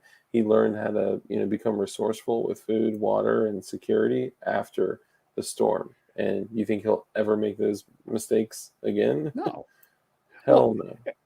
And that's funny. Not saying I'm comparing what I went through to Katrina, but that's the same thing that happened to me with debt. That was my storm. Yeah. When I learned the hard way, right? Yeah. Got out of it.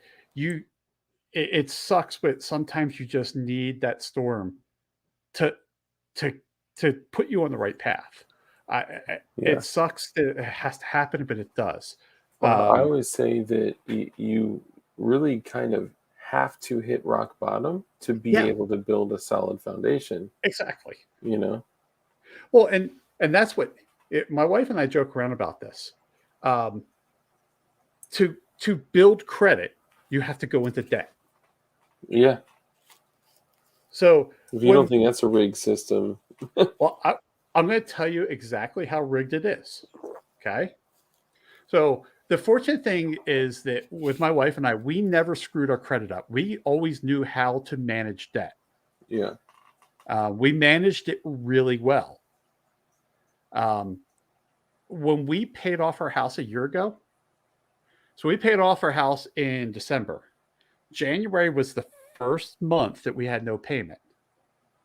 February, our credit scores went down 50 points. Yep.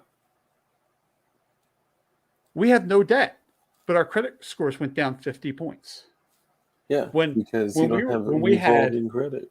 Yeah, when we had all this debt sitting in our house, you know, that's a liability, not an asset, because I owed money on it. I took that liability, turned it into an asset because nothing is owed on it. Yeah. And I get penalized for it. Yeah. The other weird thing that happened to us when we paid off the house and all that stuff, our junk mail dropped off to almost nothing. Mm-hmm. Because you're less likely to consume. Exactly. We were not consumers at that point. Yeah. We had no credit card applications. I mean, even sale flyers, all that crap just disappeared. And that's the one thing that we found. Like, we will now go days where there is literally nothing in our mailbox. I'm at that point. I don't know if that's a good thing or not. Well, it's a good thing, but it's also a bad thing because now I'm missing all my fire starting materials. Yeah, that's true. That's I like to take a hatchet. Sadly right now I don't have an axe. I am literally using a hatchet to cut wood. I am batoning through wood with a hatchet, or if I can break it on the first strike, it's awesome. But I like to take the hatchet and just chip off really, really thin, bits of like bark or tree, or take a knife and just and get those beautiful little curls. That's become my fire starting material. So my wife, sorry, I'm answering Bob here in the comments. Bob was talking about use a credit card and pay it off every month. We do. We have a credit card that we buy stuff on, and we basically use it as an American Express card. Actually, we've had that card for I can't remember how many years. That was one card we never revolved. They've made actually $0 in interest off that card ever since we've had it. But anyways, going back to the fire starting, my wife was a pet sitter, and going through the cough. Well, nobody's leaving their house, so her business died. So she had to find she found a way of kind of reviving the business. But what she does is she buys pallets of goods, shelf pulls, things like that. And then she resells them. So anybody that actually finds me on Facebook, it looks like I sell a lot of stuff. It's actually my wife using my Facebook account to sell on Facebook Marketplace. So she sells like furniture and cribs and car seats and all kinds of stuff. Yeah. Well, now we got a whole. I mean, when we've been in this house 15 years now, we got a really good stack of firewood out there. I mean, we logged for like the first 4 or 5 years that we lived here, and we haven't logged since. So we have 10 years of of pallets. Well, now we have these pallets, and what I do is I take a chisel, I cut the pallets down, so they're pieces about this big. Yeah. And then what I do is I take a chisel and split them down. Nice. And that's how I make the kindling for the fires. And then we have, cardboard and stuff from when she was doing all, when she's put some furniture together. We have cardboard that we use for paper, and anything that we have that we shred, we burn, and that's how we make our fires in our wood burning stove. And we in the wintertime we heat with our wood burning stove, because where I live, we can literally go weeks where our high is still in the negatives. Wow. So you kind of learn to get a wood burning stove really quick out here. Yeah. Wood burning but stove. I like what you're talking about with your axe and making those curls. Yeah. I have fun with it too. I have an old block plane that I'll take a piece of wood, like a 2x4, and I'll do shavings off of. Nice. I was trying to teach my daughter, and she's got some interest in firearms, and craziest story, man. Like I was building 3 Glock 17s. Well, I'll get to that in a second. So she's got like interest in guns. She's got like interest in outdoors. She's growing the strawberries and raspberries and cucumbers and peppers and tomatoes and other stuff with me. And I think she's fine. Like at first she wasn't really into it. Then she saw actual fruit coming and actual vegetables. She was like, whoa. She got excited. We did that. And but yeah, I mean, stuff like that. Like she just doesn't care about wood. She doesn't care about the fire, and like I don't know. It's been a challenge, but I mean, she's also not even she's about to turn 5.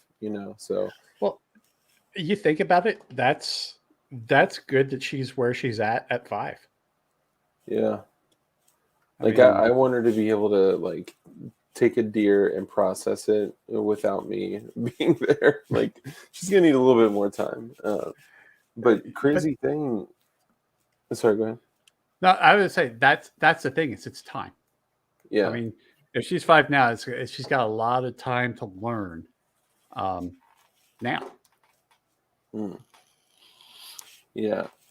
Yeah, and I know I'm down to put the time and energy and effort, and sometimes money when it's required. But and one thing I was just going to touch on is like the firearm safety thing, right? Making curls is what I do with my wife from time to time. That's a good one. So I was building 3 Glock 17s, and I had 3 80s sitting out on my workbench, which is also my desk, which is also my it's my gun room is like my office, and I literally just changed the background and put a photo up over the patch wall and stuff. It's hilarious. Yeah. Anyway, so I was doing these 3 builds, and this is when she was 2. I had one lower, it was just the lower with a lower parts kit. The other 2 were stripped. And at 2 years old, she knew what they were. She just calls them pow-pows. And she kind of knows what they are. She knows Daddy, has one in his waistband, and she learned that when she runs up and gives me a hug when I pick her up from school, and her head is like crack right in the, back of the slide. But she reached up, and I was like, what's the rule about pow pows? And before she even said no touchy, like she's back then, it was don't touch at all. She put two fingers around the trigger because I just had it propped up on the safety of the trigger, and she pulled the trigger, and I'm like, how? It too, would you even know? It was like the red button of a remote control. It's like Yeah. that's the one, that's what I need to press. So it kind of made me think, like, for firearm safety for younger kids. um, I heard a family talking about it, and they had said, well, what we started doing was, we tell them, if you ever see a firearm, you don't touch it, you don't go near it, you get other people away from it too, right? Keep everyone away from it, and you get mommy or daddy or an adult. And that's what I said all the time. But I started adding, you know, don't touch it, blah, blah, blah, get your mom and dad or an adult. But if you ever want to see mommy or daddy's guns, let me know. I will make it safe and let you handle it. And it Yeah. totally took that forbidden fruit aspect away from it. Like, she's When I held was a my scorpion like this. when I was a kid, and I said that one of my podcasts I did, I talked about this. Um, but when I was a kid, my sister and I knew where the guns were. We knew where the Yep. loaded guns were. The whole thing was is if you wanted to see one of the guns, you would tell mom and dad, and they would get it and make it safe, and you could handle it. I mean, Mm, I had my first. Well, I was about 10 years old when I got my first gun. yeah. Um, Actually, it's sitting over in the corner there. I'm getting ready to do a video on it. Oh, you still have it? I still have it. That's The incredible. Good for Remington you. 870 Wingmaster, 12 gauge. Oh, what an excellent first gun.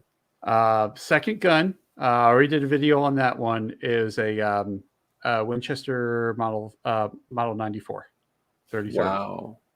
Like an original 94? and Winchester. Yeah, it was Wow. still Winchester repeating arms, and on Wow. the butt plate is Winchester repeating arms. That's incredible, man. Those are Um, two remarkable firearms. yeah, those were my first guns. Um, In and 3030, you say? yeah, 3030. So um, it's one of those things of guns. Guns were normalized in our house. Like Yeah. I said, we knew where the loaded gun was. There was no gun safes. We didn't have a gun Mhm. safe, and stuff like these shootings didn't happen when we were a kid.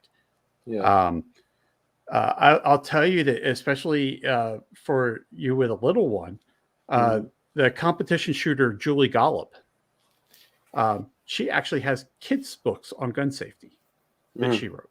Yeah. Um, The There's a couple I've seen recently. That's I think that's really cool. so I mean, and that's the whole thing is that we need to get back to that whole mentality. Um, Guns are not, like you said, the whole taboo of a gun was gone.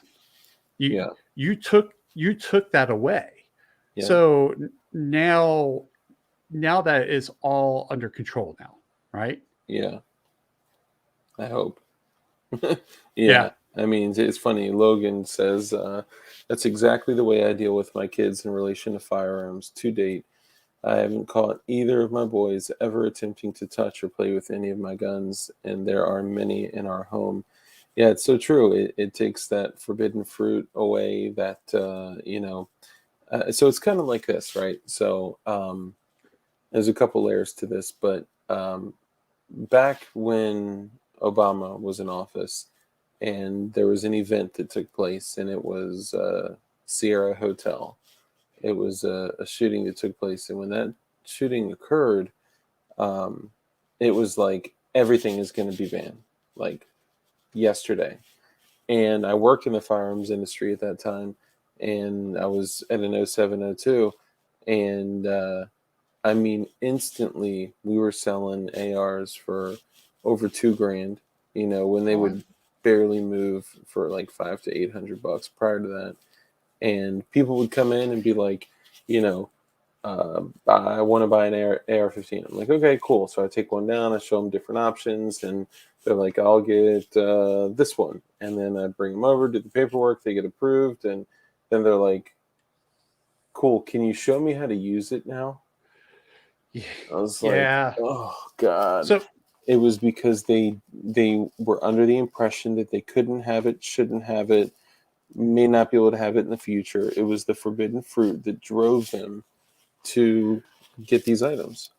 So when that event happened, I was an FFL. Mm. Like to say that Obama was gun salesman of the year 8 years running. Oh yeah. So when that happened, I saw an uptick of traffic. Mm-hmm. To put things into perspective, I was a very busy gun dealer, and I was only doing it part time. Mm-hmm. When I turned in my license and all my files and stuff like that, when the ATF came to do it, being a home FFLs don't have a lot of volume. Mm-hmm. So when the ATF came to pick up my paperwork, like, okay, where's your 4473s? And I'm like, those 3 boxes over there. And she's like, she looked and she's like, boxes? I'm like, yeah. So I averaged on my logbook in 10 years it was something like 2.3 guns a day through my Wow. logbook. But anyways, going back to that event that you're talking about, I saw an uptick of people, and as an FFL, I did things by appointment. So you had one-on-one time with me. There was no gun counter and stuff like that. You had one-on-one time with me. Yeah. When I would watch you handle a gun, and if I knew that you didn't know what the hell you were doing, Mm-hmm.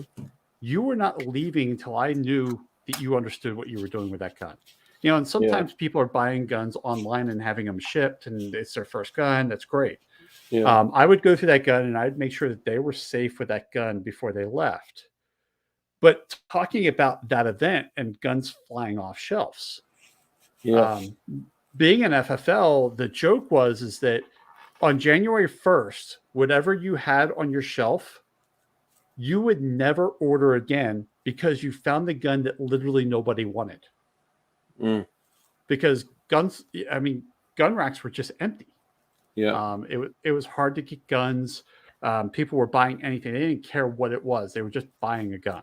Yeah. Yeah. Even here in Montana, where we have tons of guns. Yeah.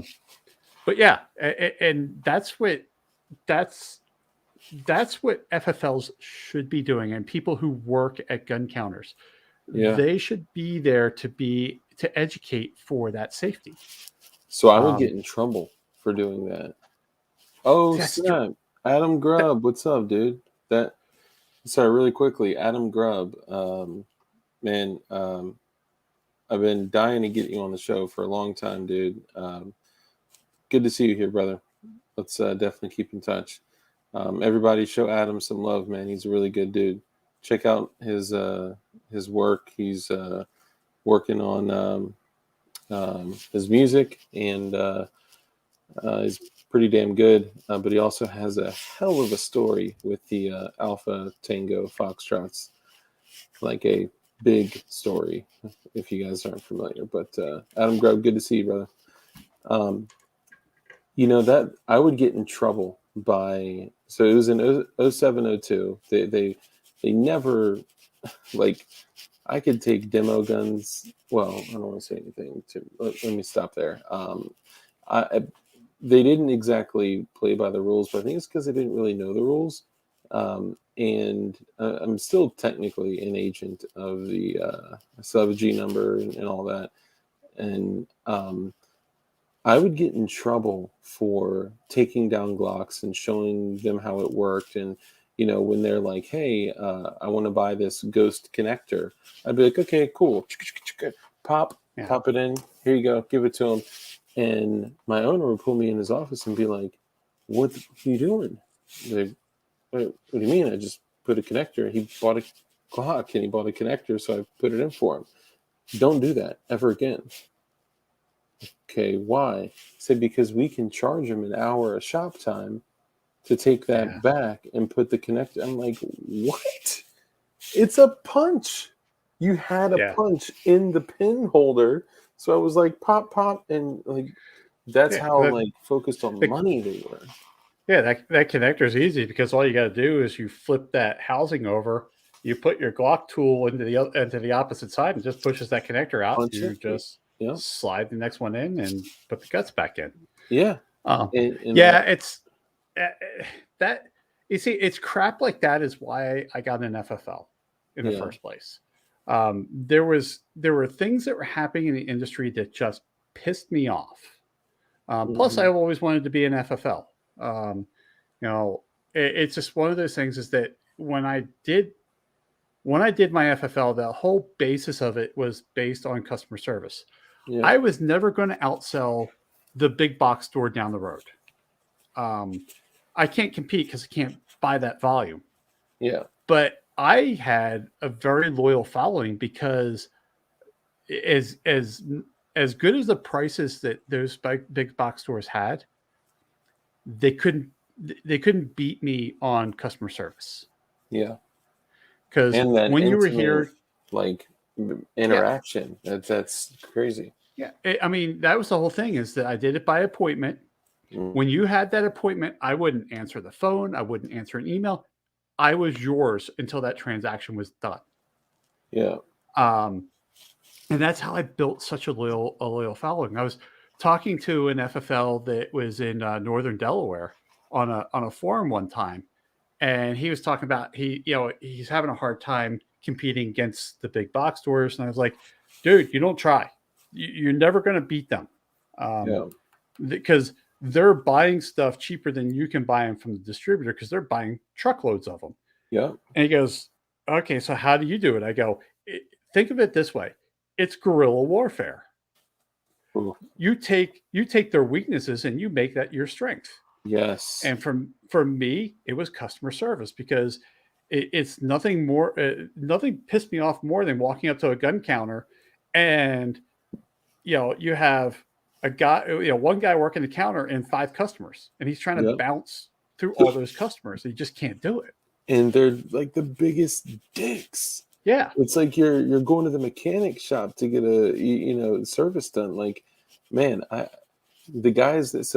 worked there part-time. I worked 3 jobs at a certain point in my life, and that was one of them. And I loved being there. Like I loved it. I loved every moment of it. And, I could see in the guys' faces, in their communication, in the way that they just didn't care. They didn't give a shit. And it was one of the, I don't want to say anything and give too much info, but it was one of the biggest gun stores like in the state of Virginia. And there was just always a line of people in there, and they came in and they waited and they waited and they waited. But I had people coming in on the days that I worked specifically saying, I want to talk to Dark. I want to talk to Dark. I want to talk to Dark. And I would have people waiting for a couple hours just to speak with me, get my opinion. And it was cool shit, man. I loved it. And no other FFLs treated people like that. And that's the thing. When I gave up, when I made the decision to give up my FFL, it hurt me. It still hurts me today thinking about that. It was tough because that's all I wanted to do was help people out. I had my license, and I just wanted to make sure because I love this industry so much, and I want to make sure that everybody else loves this industry as much as I do. Yeah. It's a great sport. It can be safe. You just have to follow some rules. If you don't know what's going on, I will tell you, right? I will show you. I'm yours. And that just pisses me off. I mean, yeah, okay. I had a business. I had to turn a profit, right? I mean, it's business. Yeah. But that's the whole thing is that I invested time into my customers. I wasn't worried about business. If anything, I had too much because I was only doing it part time. I was going to say that's when business starts to come organically. When exactly. I mean, I advertised for the first couple of years, right? Mm-hmm. 2 years in it. Yeah, there you go. This is a sticker from Putang, by the way. I thought that was really cool. Sorry. Go ahead. No, it's fine. That's just the way it is. That I advertised for like the first 2.5 years. After that, I didn't advertise. I had such a word of mouth going on that people were seeking me out, and I got so much business. It was like, crap. I don't have any time for myself.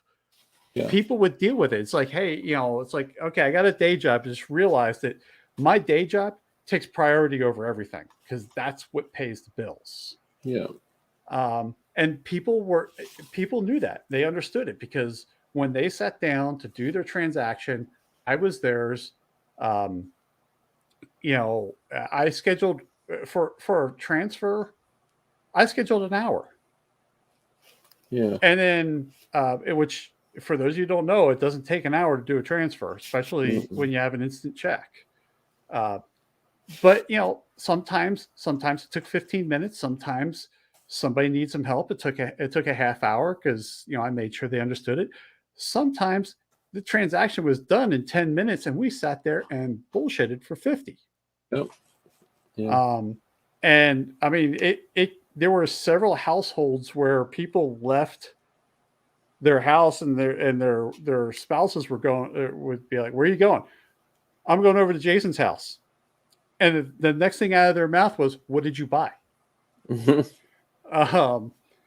it was just a fun time. Like, I would never have two customers at one time. The only time I would have two customers at one time is if you and a buddy both bought a gun and you wanted to be there at the same time. Yeah. And that was awesome. We would just hang out and have a good time. Yeah. But that's the thing is, if you invest in your customers like that, they're going to come back. Oh yeah. They don't like I said, want to do it. I didn't have the cheapest prices. I wasn't ripping you off either. Yeah. I had the cheapest prices, but I had more business that I could deal with. So there's a saying, it is cost is only an issue in the absence of value. Yeah. And when you add that level of value to something as simple as a firearm transaction, which I don't care if you've built 1,000 or if you are buying your first one, that interaction is priceless. And as long as you go through life with like an open mind and an open heart, you can learn anything from anyone at any time. I have learned shit from kids about shooting. There's a literal child from Virginia that is sponsored. She's actually sponsored by Glock, and I had the pleasure of meeting her, and took a bunch of pictures and stuff like that. Now somebody will dox me and be like, I found him. And but I learned shit about Glocks from her, and she was like 15, and it was incredible. When I was 21, I was living in Northern Maryland at the time. And Maryland was not as bad as it is now, but it was still kind of bad. What like general area? So, the Rising Sun exit off I-95? No. So, Cecil County. Okay, Cecil County, yeah. Cecil County. As you're coming in from the tolls from Delaware, you have Elkton. Yeah. And then after Elkton is Rising Sun. That was my exit. That's the way I take out to Jersey, the beach. Damn. Yeah. So, so I lived in Rising Sun, but anyways, when I was 21, I went out and I bought a Glock. 21st birthday, went out, bought a gun, and eventually I started competing with it. I was shooting GSSF at the time because I'd never competed before, and it was a great thing. And then a couple of years later, I mean, I was competing in like anything I get my hands on at that point, any competition I could do. And I was shooting at a GSSF match in Jersey, of all places.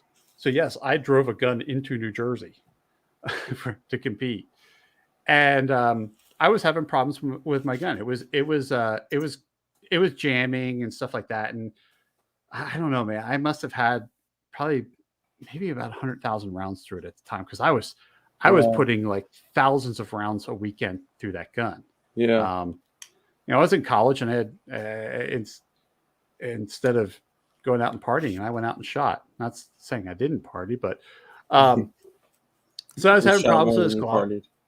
partied. What's that? You shot more than you partied. I shot more than I partied. Yeah. But so I was having problems with my gun, and at a GSSF match, it's great because you have Glock armors that are there. So if you ever have a problem with a Glock and it's out of warranty, join GSSF and just show up to a match, and they'll fix it right there at the match for you. Yeah. So I went into the armor. You know, gun was out of warranty and all that stuff, and I was like, "Hey, look, I'm having problems." And he took the gun. He took the slide off. And he was looking at it. He goes, "You're cleaning your gun too much." I'm like, "What?" He goes, "How often do you clean your gun?" I go, "Every time I shoot it." He goes, 2,000 rounds. No, not before. Yeah. I'm like, okay, I can't do that, because even if I went out and just shot like a couple of boxes, I would clean the gun when I was done. Yeah. He's like, no more, you know, no less than 2,000 rounds. Yeah. I'm like, I can't do that. And I'm like kind of almost arguing with the guy. And he goes, look, he goes, I'm the master armorer for Glock USA. Every armorer that works for Glock Incorporated is my employee. I'm telling you that you're mistreating your gun by cleaning it too much. Damn. I'm like, oh shit. Okay. He goes, hey, I'm gonna replace the recoil spring for you. I'm like, cool. He goes, do you have your cleaning kit with you? I'm like, yeah, it's out in the car. He goes, go get it. And that guy sat down and taught me how to clean my gun with my own cleaning kit. Wow. I will never forget that today. I mean, I don't shoot Glocks anymore. I switched over to SIG because I've been typing on computers since 1980, since I was a little kid. Jeez. So I'm starting to get carpal tunnel, and I went to SIG for the ergonomics. But I still have a huge amount of respect for Glock, just because they're great guns. They work. They're god awful ugly, but they just work. And then that armor sat down and showed me my gun. He even showed me the tests he was doing to the gun. He goes, I'm doing this, and he's doing this with the slide. He goes, that's testing this. And I'm like, this is freaking awesome. Yeah, and I think we kind of it's something that I realized that I was lacking on a great deal. That, you know, I go into every video, every stream, every conversation, assuming that people have the same level of knowledge that, you know, we all do. And it's you know, doing people a disservice that may be looking for new information on new firearms that they just purchased. And, you know, it's so I'm gonna go to kind of, you know, considering putting more basic information in our videos. But I had a really similar situation when I was a kid. So I bought my first pistol I bought my first legal pistol prior to turning 21, and on my 21st birthday, it was paid off. I went there and I picked it up in the shop, did my first paperwork. Like it was awesome. And it was not a Glock. It was a Springfield mil-spec 1911 that had a compensator, pearl grips. It was all Parkerized, but it had a stainless safety, stainless skeletonized hammer, stainless skeletonized trigger, stainless slide release, like all this stuff. It was pimped out. It was pimped out, and I appendix carried that with a Wilson 10-round mag in it, and I mean, it had a mag well on it. It was poking me in all sorts of crazy places. It was just like, but I just mustered through it because I was like, man, this is like such a badass gun. and I could just shoot like crazy with it, 10 rings like all day. And I finally found like this is just not going to work. So I got a Glock 26, and the 26 was like when everything changed for me. It was like, oh my God, like this is the coolest gun in the world. But I'm scared because it doesn't have a safety. It's just going to go off by itself one day, and it made me feel all weird inside. But either way, I got it, and I went around at a gun show, and I met this dude named Roman. And Roman, if you're out there and you ever see this, like you had a huge impact on me, and thank you. And it's a huge gun show that comes around in Virginia, and I met him there, and I was considering selling the 26 for a 19 or 17 or something else, and he convinced me to keep it. He was like, dude, I could lowball you and take it and, make a couple $100 off of it. But honestly, like, just keep it, man. Just, and he was like, what are your problems with it? And I walk him through the problems. They're all stupid, trivial problems that, I was just kind of looking for a reason to offload it. And he literally broke it down and walked me through everything. He's a Glock armor as well. And I mean, he taught me so much about the gun. And I mean that was a huge impact. But he taught me how to field strip it. When I was working at the gun shop, when I first got there, there was some light hazing that was done, and I set down my Glock 19. And this is a really important 19 to me. My father got it for me, and it's like, super important to me. And I set it down, and when I came back, it was safe when I set it down. But when I came back to get it, it had been completely detail stripped. Everything was out of it. The ejector, like everything. The internals of the lower, it was a literal piece of plastic, a slide in a barrel, and an assload of parts. And I was like, oh my God. One of the guys there, one of the assholes, literally completely detail stripped my Glock, completely took it apart and just left it there. And I had to leave with my carry gun in a freaking bag. And this was before, like, you just went to YouTube for everything. Yeah. And I had to put it back together. And I put it back together. And that taught me so much. And then from there, I could do anything with the Glock. And, moments like that, like you don't forget when people invest into you like that. Really quickly, John Rice, when it comes to whether it's a Bursa or a Glock or whatever, don't go Pro Mag on anything, in my opinion. Pro Mag is just not where it's at. Go OEM if you can. Metgar is actually an excellent magazine company. I know you mentioned that you weren't sure if that was junk or not. They're not junk. As a matter of fact, they make a lot of factory magazines for a lot of firearms. What are your thoughts on that? Yeah, Metgar. If I can't get an OEM mag, I'm looking for a Metgar because most of the times the Metgar mags are the OEM mags. I have never had a problem with a Metgar. Yeah, and I've got a lot. I've got a lot of them. Yeah. So, but yeah, for a carry gun, I always advocated for an OEM mag. Always, even if if I had a choice between an OEM mag and a Metgar, I would still carry an OEM magazine. yeah. And the OEM magazines are they're designed to work, even though they might be built by Metgar. But you can also, if for some reason you do need to defend yourself, I'm a very big proponent of everything on a carry gun being stock. It's one less thing that a rogue DA can use against you.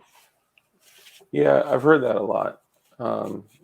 I don't personally subscribe to it. Like but I do see that there is validity in that. And a couple people have said like Pro Mags do work. They work in these. So there are a couple instances where there's some obscure magazines where I have heard Pro Mags just run. And that's with Saiga 12 gauge magazines and Saga 556 magazines. Aside from that, I've never heard anybody saying anything positive about anything Pro Mag at all. And don't get me wrong, there are worse than Pro Mags out there. Yes, yes, there are. Sadly, Pro Mag is not the worst, but they're not recommended either. yeah. I could tell when so something like the AK, right? The AK is a platform that is just like wildly reliable. Like it will run in almost any circumstance, and like you could just find a way to like jack up the round on the top. Whatever you do, it will likely work. And I will throw a Pro Mag into an AK, and the shit will start malfunctioning. And I'm like, dude, how, if you can't even get an AK mag right, then it's you know. You have you have the most loose gun out there that will just Yeah. that is designed for nothing but it might be sloppy, but it's gonna go bang. And Yep. if you have a part that will not work with that gun, you got a problem. Yep. Yep. I mean, I could probably, and this may be a stretch, I could probably find shit on my workbench in my gun room and make an AK magazine that It'll would run better. function. Yeah. Yep. Yep. Yeah. So I know I've kept you for a long time. We're at about 2.5 hours. What else do you want to hit on? I just kind of came in to hang out and just talk and have a good time. There's nothing really. I don't have an agenda. It was just Nice. I just wanted to just chill for the night, and I appreciate that, it's man. it's been great. It's yeah, I had a lot of fun tonight. Yeah. I mean, we went all kinds of places, and it's just it's fun, right? I mean, I'm known for that. I don't get a chance to do this often. Um, and this is definitely a side of me that most people don't see. Yeah.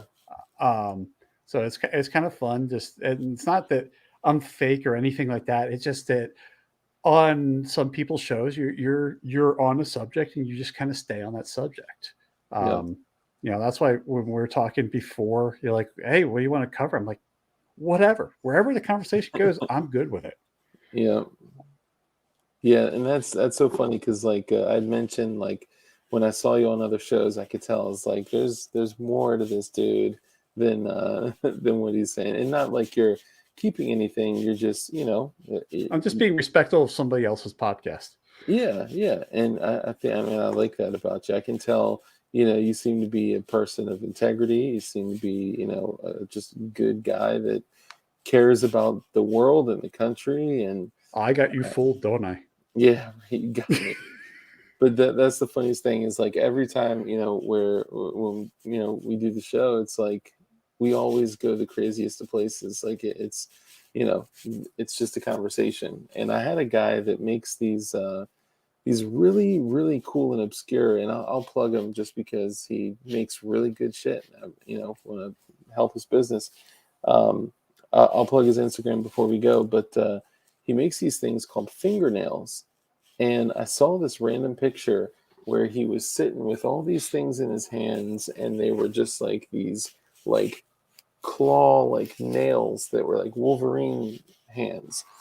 And I was like, what in the world is that? I gotta look at it. So I looked, and he takes like railroad nails, and he smiths them out to a 25 millimeter ring, and the rest is honed down to a very sharp spike. So they're 25 millimeter, so they will fit on any finger, thumb to pinky, and you can actually like grip them like this, and it protrudes like that much. Like it's a great self-defense item. Or you could flip it up with it on the pinky and kind of jab, or you could flip it up and I mean, there's so many different things you can do with it. And I was like, dude, like, how much for one? And he tells me, he's like, they're $50. And I was like, damn, $50. And he's like, yeah, but they come with a PVC patch, a leather holster, a sticker. So I was like, okay, cool, I'm in. You got me. And I was like, do you want to come on my show? And he's like, "Oh man, I don't know. I'm not good at this. I'm not good." I was like, "No, it's just a talk. Like all we Yeah. do is talk." And yeah, I think most people kind of like hype up, what this is, but in reality, it's just a conversation. And I think that's what's so appealing about like smaller channels. Like it's not like, brought to you by Raid Shadow Legends and, Rogue Yeah. Banshee. Share your experience with, no, it's just, Well, good shit. and so there's a joke. I also do public speaking for, well, my former day job. Mhm. um, uh, so one of the icebreakers I do, when I can gauge an audience pretty fast. One of the icebreakers I do is, so my last name is Schaller, so it's a German name, Okay. and the translation of Schaller from German to English is one who is a talkative person. Wow. So I joke around with audiences. I'm up on stage and I've got you for 45, 50 minutes, Hmm. and I'll go into this thing to loosen the audience up. So the translation of my last name from German to English is one who's a talkative person, and I have you all for 50 minutes. That's funny. So so the kind of joke is that any chance I get to talk, I take it. Uh, Yeah. so, Hey, but no, that's it's great just to kind of have a relaxed talk. yeah, Um, you know, we're kind of we're like-minded people. yeah, Um, and it was great. That's why when you said on the chat, like I gotta have you on. I'm like, just contact me, man. yeah. I'll come on. It's Um, funny. I kept saying every time I saw you somewhere, I was like, "Man, I gotta get him on, dude. I gotta get him on." So a couple questions then. yeah. While we're here, actually, let's do the funny check. I've been kind of checking throughout the stream to see if they slapped us on the wrist here. Let's see.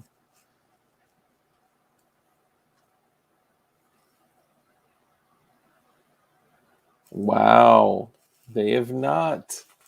They have not. That's impressive. Um, so a couple questions. Thank you, Dirt. And by the way, for all you channel members, thank you guys. Dirt McGirt, the GD Bacon, Robert Ribbit Harrison, all you guys, man, you guys are freaking awesome. I saw some other ones in here earlier. My apologies, it's hard to hit the chat the way I want to, but you guys are literally the community. You guys are awesome. Um, so your name, the Rogue Banshee, where does it come from? Okay. So when we were coming up with we were trying to figure out a channel name, starting the YouTube thing. Mm-hmm. We Everything's tactical this, tactical that. I'm not a tactical person. Mm-hmm. At 270 pounds, there's not a whole lot tactical to me. Um, Never been tactical. It's just not my thing. So we had to come up with a name, and we came up with the Rogue Banshee. So we're going to start off with the Banshee part. So Yeah. we had this dog named Banshee. She was an awesome dog. We lost her when she was 12 years old. She was getting kind of old, and it was a very sad day. Yeah, A I'm few sorry. years later, we got a dog, and we named her Rogue. Well, it wasn't very long after we got Rogue that we swear that Rogue was the reincarnation of Banshee.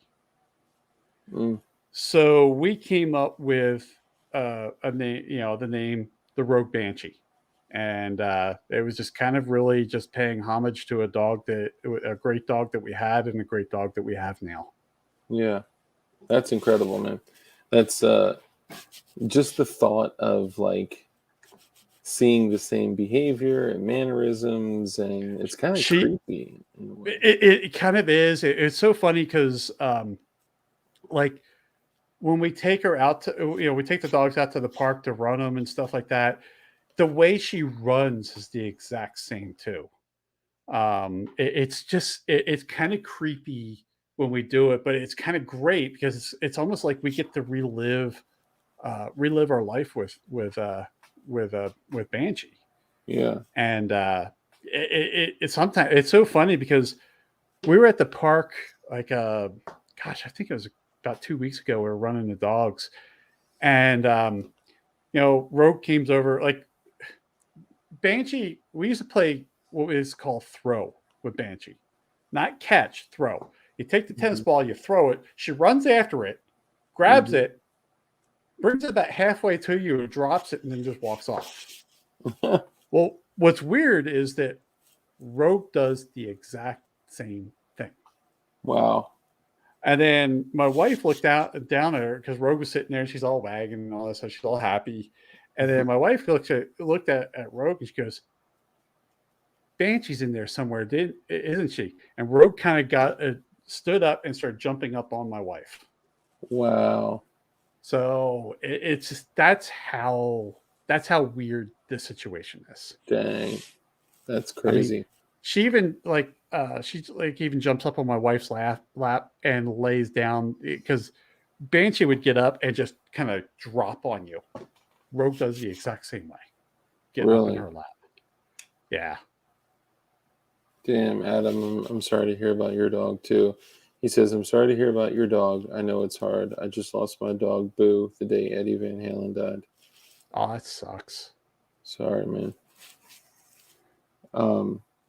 That's something that it's almost like hard to like describe, like when you feel like the connection. It's almost just like energy transfer, right? Like it's not like there's no words coming, like it's just something that you feel, and that energy is crazy.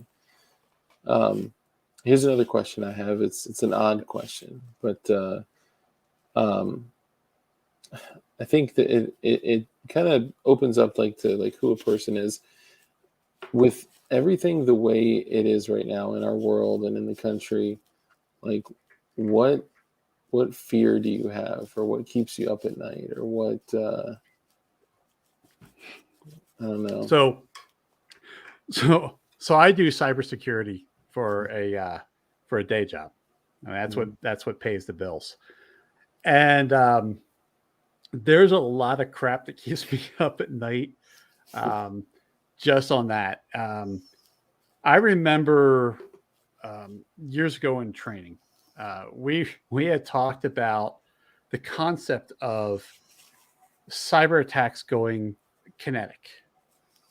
So back then, attacks were just simply we're going to screw up your system. We're going to infect computers, stuff like that. What scares me is that kinetic, and it's happened. It was proved in the lab, and it happens. You just look at what happened to the pipeline earlier in the year. Yeah. Cyber attack shuts down a pipeline, screws things up. What happens if it hits the power grid? What happens? Those type of things. That's what keeps me up because we've talked about prepping. Yeah. Any given time we're 72 hours away from chaos. Yeah. Well, what happens when one of these cyber attacks goes kinetic? There are people who are going to lose their shit. Yeah. And they're not going to know what to do. They're not prepared. They're not ready. They have a normalcy bias. And they just, that's when things get scary. Yeah. And then on top of that, you're going to have, we'll call them opportunists, right? Yeah. Yeah. We see it even when power's still on and we don't like a certain verdict that came down. Yeah. That's when things get scary. Yeah. So, no, actually, when kinetic is basically something that happens in a virtual that has a physical component to it. Yeah. The test that happened, I forget. It happened in Idaho. I forget what college did it. But basically, they attacked a generator that was online, and they got to the point where they started messing with the RPMs, and then they figured out how to change the timing of the engine, and they literally blew up a generator. Um, Wow. so that's what I mean about things going kinetic, not with weapons, but there's unintentional consequences. What's the movie, The Die Hard, where it was the attackers took over the entire country and started shutting things down, and they sent all the gas to one station to blow it up? That would be an Yeah. example of a kinetic. So that's the stuff that scares me, because you just can't figure. You don't. How do you prepare for that? So I'm gonna pull something up here. Um, there is, of course, it's behind a paywall. I would like to be able to screen share this. There was an executive order that came through when a, certain president, like it would talk about China, was in power, um, and no, I don't want this offer. Dang it, that's an actual paywall. I can't get past it. Executive order. So somebody help me out. What executive order was it? May of 2020. Well, this may give us. So essentially, there was an executive order that was signed by him, and it basically changed every single power station to use remote switches. And these remote switches are extremely, like, very easy to access, well, remotely, clearly. And no one made a big deal out of it. They all kind of, like, at first there was like a big thing. We reported on it, and I say we because it was me and two other guys at the time, and we thought, like, okay, this is it. Like, this is like the setup to, you know, the beginning of the end. Um, Something like that creeping into the real world, where every single power grid is shut down. Like, Well, so I'm going to go a little conspiracy theory on that. Okay, please. so that scares me a couple of ways. Mm-hmm. Cybersecurity wise, it scares me because it can be hacked and someone can take over and screw things up. Shut down power, all that stuff. Yeah. If you go a little more conspiracy theory on that, it basically put in the ultimate kill switch. Yeah. Hey, these people over here are doing whatever. We don't like it, and their state and local government are doing nothing to control it. You guys don't have power now. Yeah. I mean, that creates other unintentional consequences, but Especially when there's a social. So I always say that, like, everything that they can't legislate into place, they put into place as a social normality. So things are socially enforced, and you see that a lot with, like, the last year and a half. And I mean, imagine that with, like, certain, like, medical procedures that are, half of the world is not about right now, and half of the world is about right now. And it's being pushed so heavily by the feds that maybe they could say, okay, well, you don't get power. Well, so you can do that. I mean, if anybody questions it, there's a certain country that likes shrimp on the Barbie Yeah. that won't let you leave your house. Yeah. Yeah. So it's not a far reach from that. I mean, we can go all through. And they set it up. They They did. did it. They They totally did did. it. I mean, smart houses Oh, scare the crap out of oh me. my God. Like, God, don't. So I have a friend. He's also in cybersecurity. I was over at his house. I've known him for 20 years now. Um, and he put smart home crap into his house. I'm like, dude, what the hell? It's like, you know what goes on. He's like, I know, but it's cool and all that stuff. I'm like, yeah, when the machine uprisings come, he goes, Yeah. I know, I'm the first one screwed. Yeah. When Skynet is knocking at your door, Yeah. there's a. So That's right. yeah, Go ahead. you won't see any of that crap in our house. I Yeah. mean, don't get me wrong, it's cool. I think it's cool as hell. But I don't need to control my refrigerator from my smartphone. Yeah. This is how. My house got Googled out, and I was like, And every now and then, like, my daughter will come down and plug it in and like ask it to play music and stuff, and so like I'll be down here just talking, and out of nowhere it'll say, I don't know, I don't have that function yet. I'm like, what?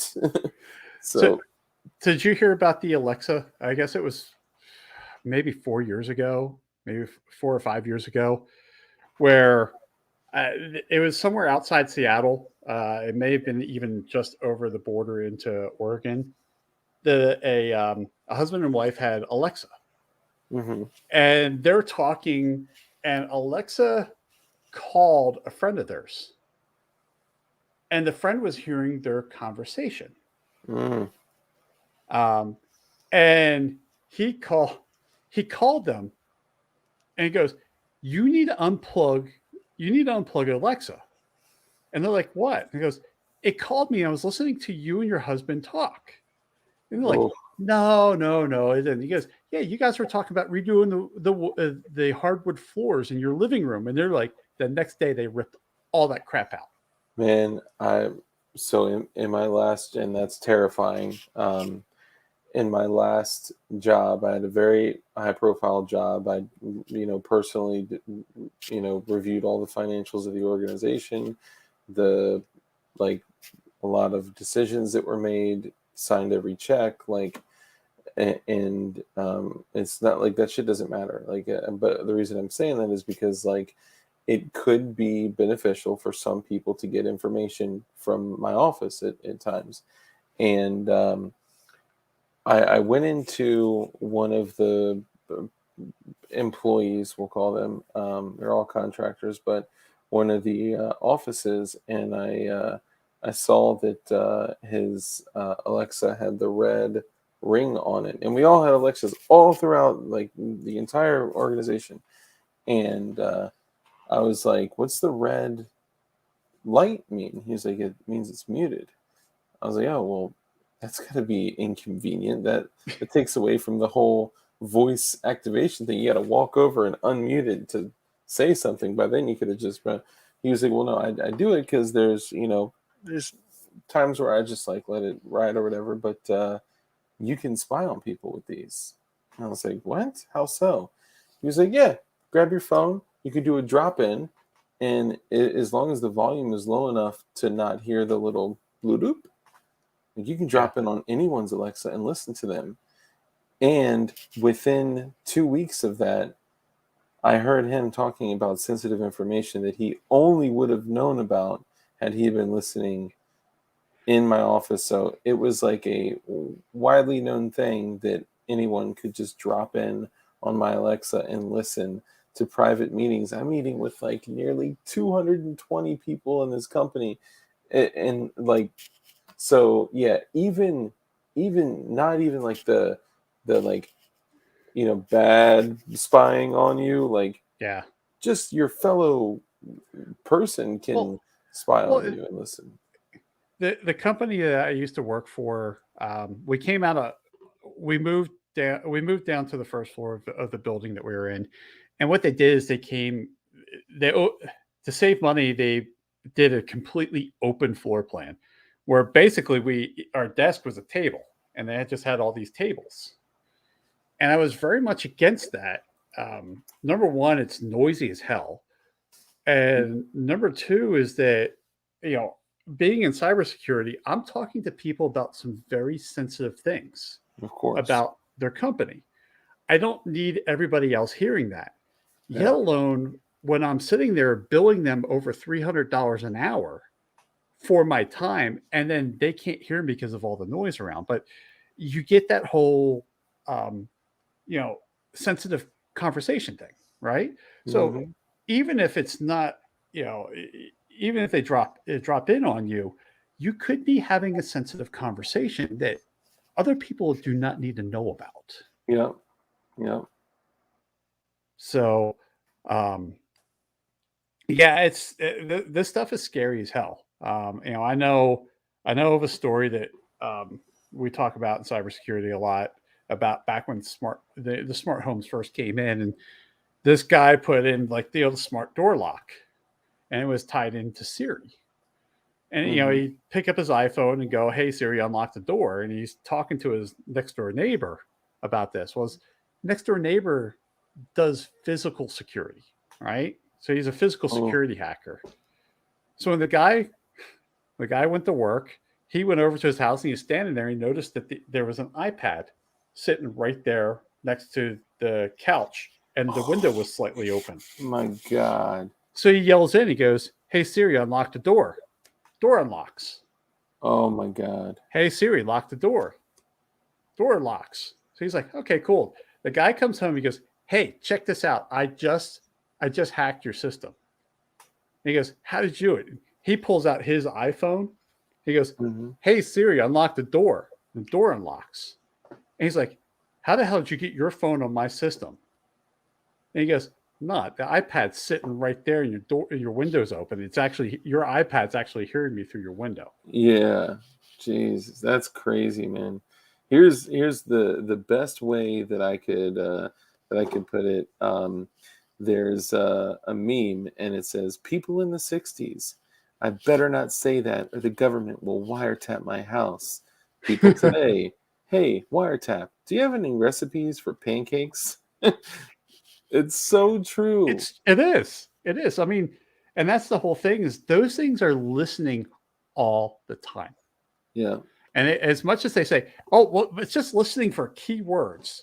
Yeah. Yeah, well, you know, they were doing the whole Siri improvement thing where Apple was listening to more than just the keywords, and Yeah. it, the scary thing about all this stuff is that you don't know what's happening in the backside. Yeah. You don't. Where it's You being have no idea what cataloged. they're doing. Yeah. Um, you know, one of the things John Crump said this the best. If you're getting something for free, you're the product. Yeah. Um, so you know, let's face it, all this integration is going to eventually be a problem for a lot of people. Yeah. I I mean, think it is. anybody who's read 1984 knows what's coming. Yeah. Well, and I mean, looking at like, and this is kind of a blanketed statement that I'm going to make, but essentially, I look at it like this. So everything is being controlled, right? To the point of information on YouTube is being controlled. Information on how to build certain things, how to, mix certain chemicals to make fireworks, like I had done from time to time on here. Which, by the way, all make excellent soil fertilizers as well, um, especially with some carbon, if you know what I mean, guys. Um, but if they're taking information and they're controlling it in one way or another, and we're going out to stores like say Walmart or Dick's, and you can't find ammo anymore, and they stopped selling guns, and they've even moved their defensive cutlery out of most stores, and we're in a world where everything is monitored, everything is recorded, everything has video and audio, and they know no matter what you do to hide, no matter what you do, they know that you're a gun guy, a survivalist, a shooter, a reloader. They know. You know why? Because when you say, "Oh, I really need to go to so and so and buy X, Y, and Z," what starts showing up on your Instagram and your Facebook and your Google and all that? The X, Y, and Z, whatever that product is, and it is designed by that. And there's no way to hide from a monster. The thing is, right now, the monster are all these isolated monsters all over the place. Wait until they come together to form the Voltron that we have been terrified of. Well, um crap. Why can't I think the mobster's name? Capone? From the Teamsters. It was buried in New Jersey in the end zone. Um, Oh, Hoffa? Hoffa. I Yeah. mean, the whole thing from Hoffa when the cop when the cop asked him, he goes, "When are you going to organize the cops?" He goes, "I'm not going to organize the cops. I'm going to organize the crooks." The person that can figure out how to organize all this stuff together, it is not going to turn out well. Yep. At least not in our favor. No, it's going to work against us. And Yeah. as someone who values their freedom, I mean, I don't like that side. So I'll give you, I get, the IT security, cybersecurity. I know a lot of stuff. Mhm. My internet provider is Starlink. I've been on the beta since January.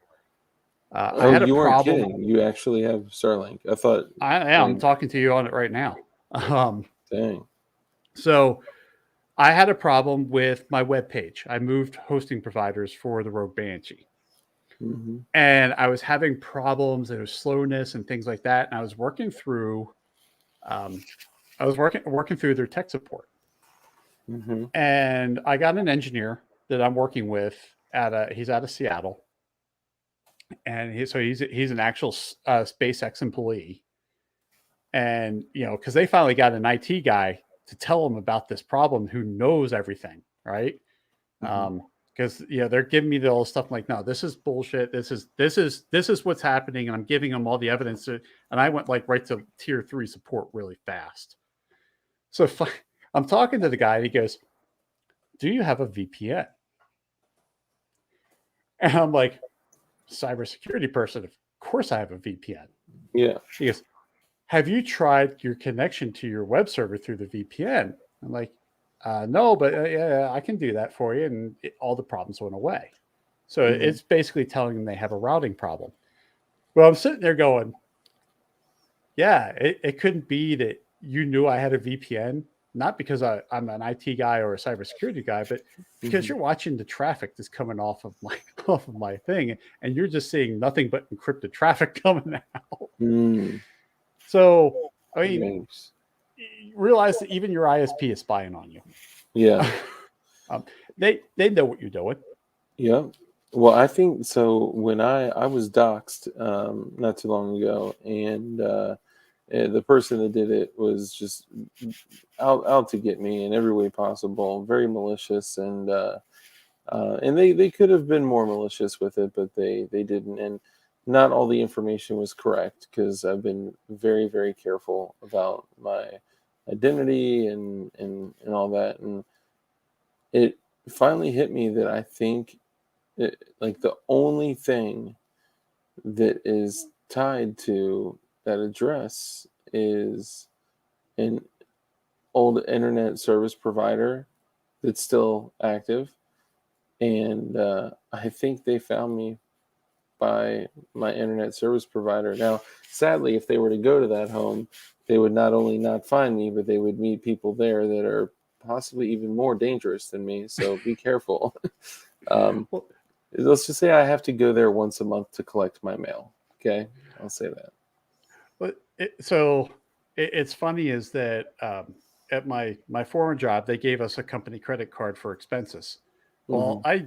I never activate those things. I use my own credit card because, well, quite frankly, I want the points on my credit card, right? Yeah. It's a little extra bonus for me. So um, about a year into this job, I start getting text messages from this company for the credit card Mhm. asking to verify purchases. I'm like, never activated the things in the safe still attached to the card. And I'm like, so it's never been used. So I think spam text message, right? Yeah. And then it happens over a couple of days, and finally I pull the card out, call the 800 number. I'm like, and I go right to the fraud control unit. I'm like, oh shit, somebody's got this credit card, but I never activated, and it's never been used. Yeah. I'm like, so I'm talking to the fraud unit. And I go, you guys have a bigger problem than this card being used, Yep. because someone got in your database to get this credit card number. Yeah. Not only do they have the credit card number, but they also have the 3-digit code on the back. Yep. They got everything. They got everything. You guys have a data leak that you don't even know about yet. Yeah. It's not a me problem. That's a you problem. Yeah. It's a systems problem. So, yeah, I mean, yeah, there's some things that people just, they don't understand there's going to go out there. Their data is leaking everywhere. Oh yeah. Oh yeah. And one day it is highly likely that it will be used against you. Oh, yeah. What's your do you carry? Oh, yeah. What's your I guess nowadays I ask, what's your everyday carry? Depends. Okay. What's your most typical everyday carry? Lately, SIG P365. Okay. Nice. And now that we're getting into winter and it's colder weather, my P220 came out a week ago. Sometimes 19. Nice. Yeah, I love that gun. P220, my 1911. Sometimes my 320. It kind of goes around. I was carrying my Glock 26 for a little bit, Glock 43. It kind of guns are almost like a fashion accessory for me. Yeah, depends on what you're wearing and yeah. I mean, hey, if I'm going to be out in the yard working around, maybe it's going to be a Glock because you just can't kill that damn thing. Yeah. But God, yeah, great but yeah, now the bigger guns are going to start coming out now that it's getting colder out. So I do. They'll be more the 220, the 1911. They'll be my 45s. Yeah, I was going to say, for those that don't know, the 220 is a single stack 45 ACP that is like, the size of a 226, maybe a tad beefier. I think steel frame, right? Well, this one's the full size 220. So this is like the size of a government 1911. Oh wow, nice. So it's big, it's heavy. You could club somebody to death with this gun. yeah, those things are monsters. I always like the German ones. What were they? The 228s. Yeah, those were always appealing to me. They didn't last long. Yeah, and also similarly the Berettas, the 92Ss, the German SIG 228s and the Beretta 92Ss were always really attractive to me because they were like the guns that I wanted, the really expensive SIGs and Berettas, but much more affordable. They just had some downsides to them, like they took different magazines.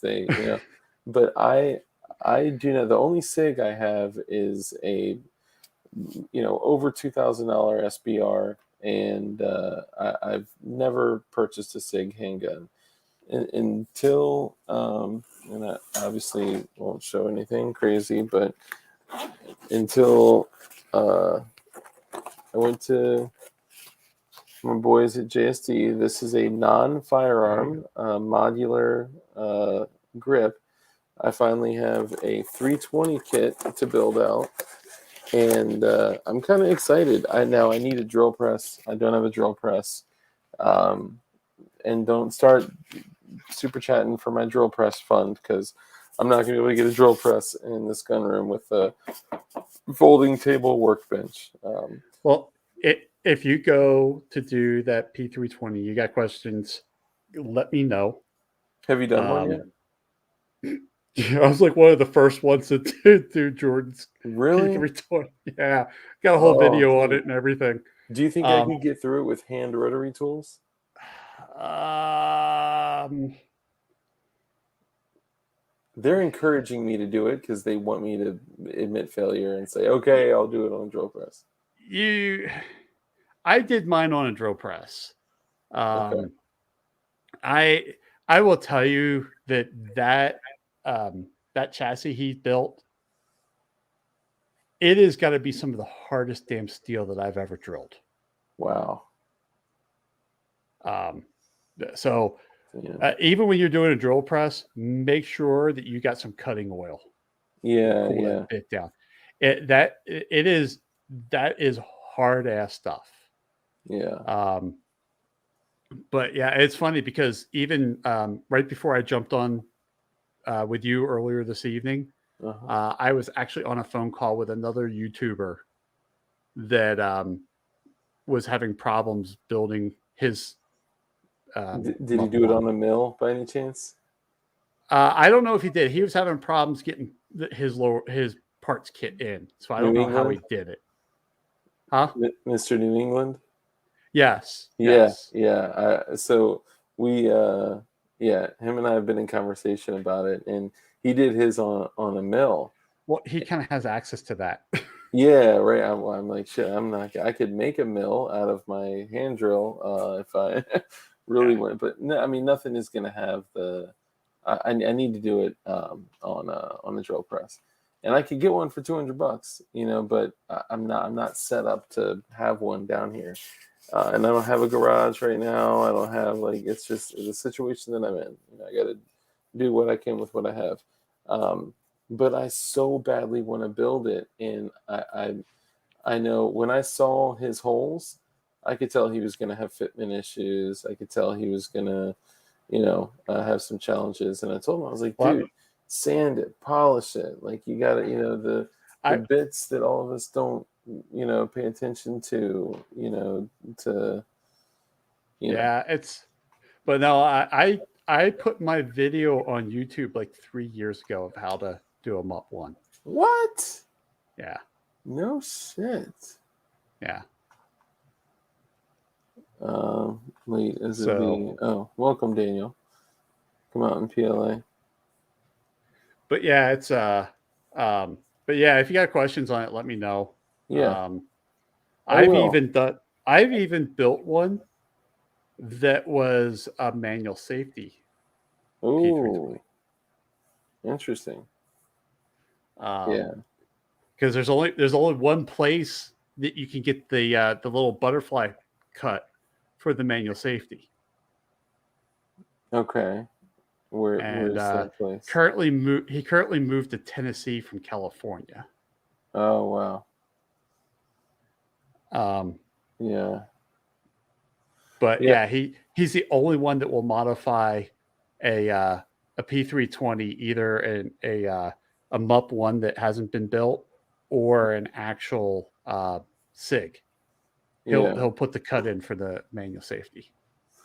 Yeah, I definitely so with the giveaway, one of the things that were given to me to give away was one of the really nice bit kits. They're really high end, high quality drill bits and a whole bottle of cutting oil. And Putin gave that to me, and he was like, "Dude, he's like, just keep it. You're gonna need it, and Yeah, you're gonna need the cutting oil." And you're so I told these guys, I was like, maybe I'll just like use half the bottle of the cutting oil and then give it away to you guys with the drill bits. But I may actually, sorry guys, I may actually need to keep that drill bit. But we got so much good stuff. I did like the custom Battle One paint jobs. I got all sorts of cool stuff you guys are gonna love. Let me know in the comments if you could please. Should I keep the bit kit with the cutting oil to hopefully have a nice 320 on the other side, or should I be so gracious to just give them to the community? Let me know. Um, I don't know how many of you guys out there are just sitting, waiting, biting your nails to build a 320, but I am. I am. so but yeah, you need help, let me know. I will totally, to give you an idea. So, you're an affiliate of JSD. Yeah, yeah, So you know how to do the affiliate link, and it tells you your affiliate number on the yeah, on the backside. yeah. My affiliate number is 6. Wow, dang. Yeah, that's I'm 24. So I was very early with JSD, and that's back when Jordan was actually answering the the tech. So yeah, the info at JSD. Back then, Yeah, he was asking because I had questions. jeez. So yeah, no, it's yeah, you get questions P320. I got tons of content on P320.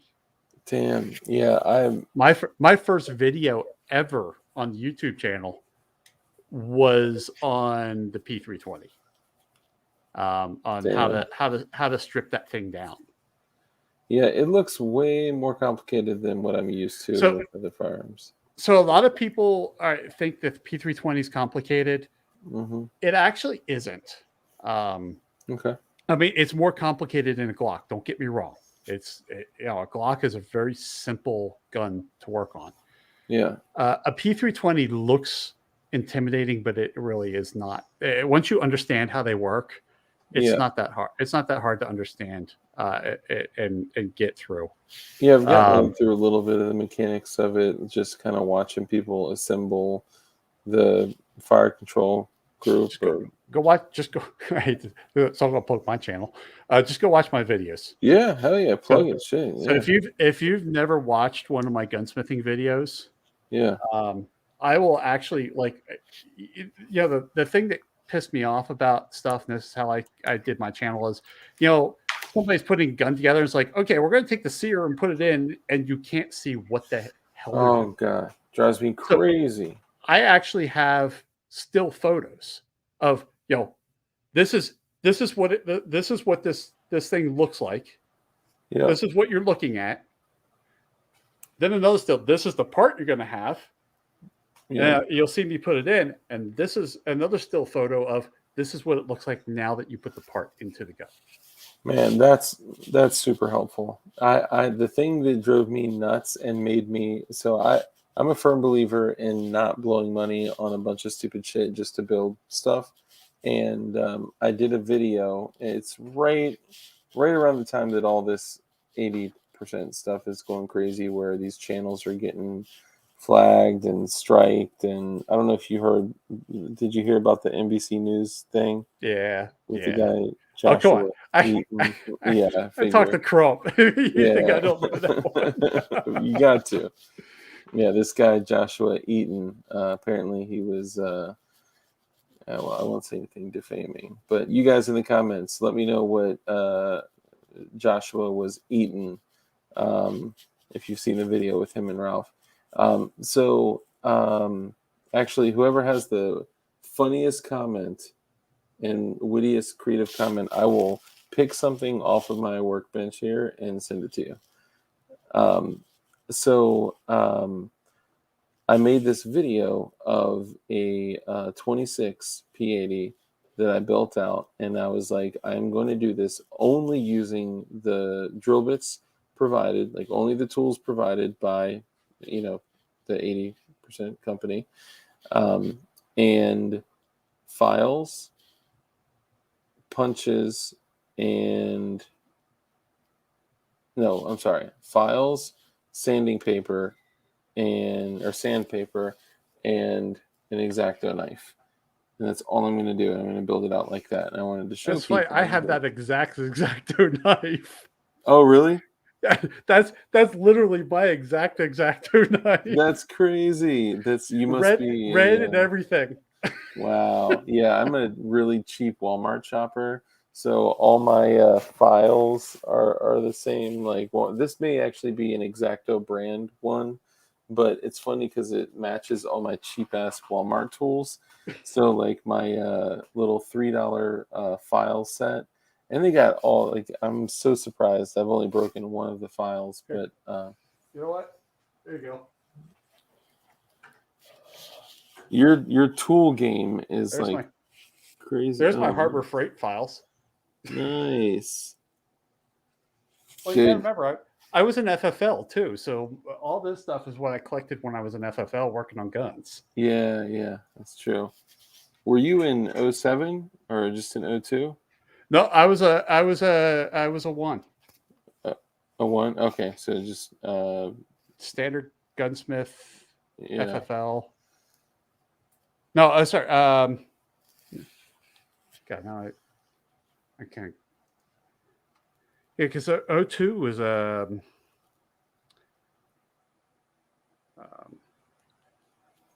I can't remember my FFL numbers now. Scary. Is it Yeah, SIG? mine was just a one. Yeah, because a two is a pawnbroker. Oh, okay. So I was a type one. Okay. But yeah, Is so a that's SIG? Sorry. no, that's where I got all that stuff because that was all the companies. Yeah, The company actually still technically exists, Oh, really? but it doesn't have an FFL and it's all in its shutdown stage.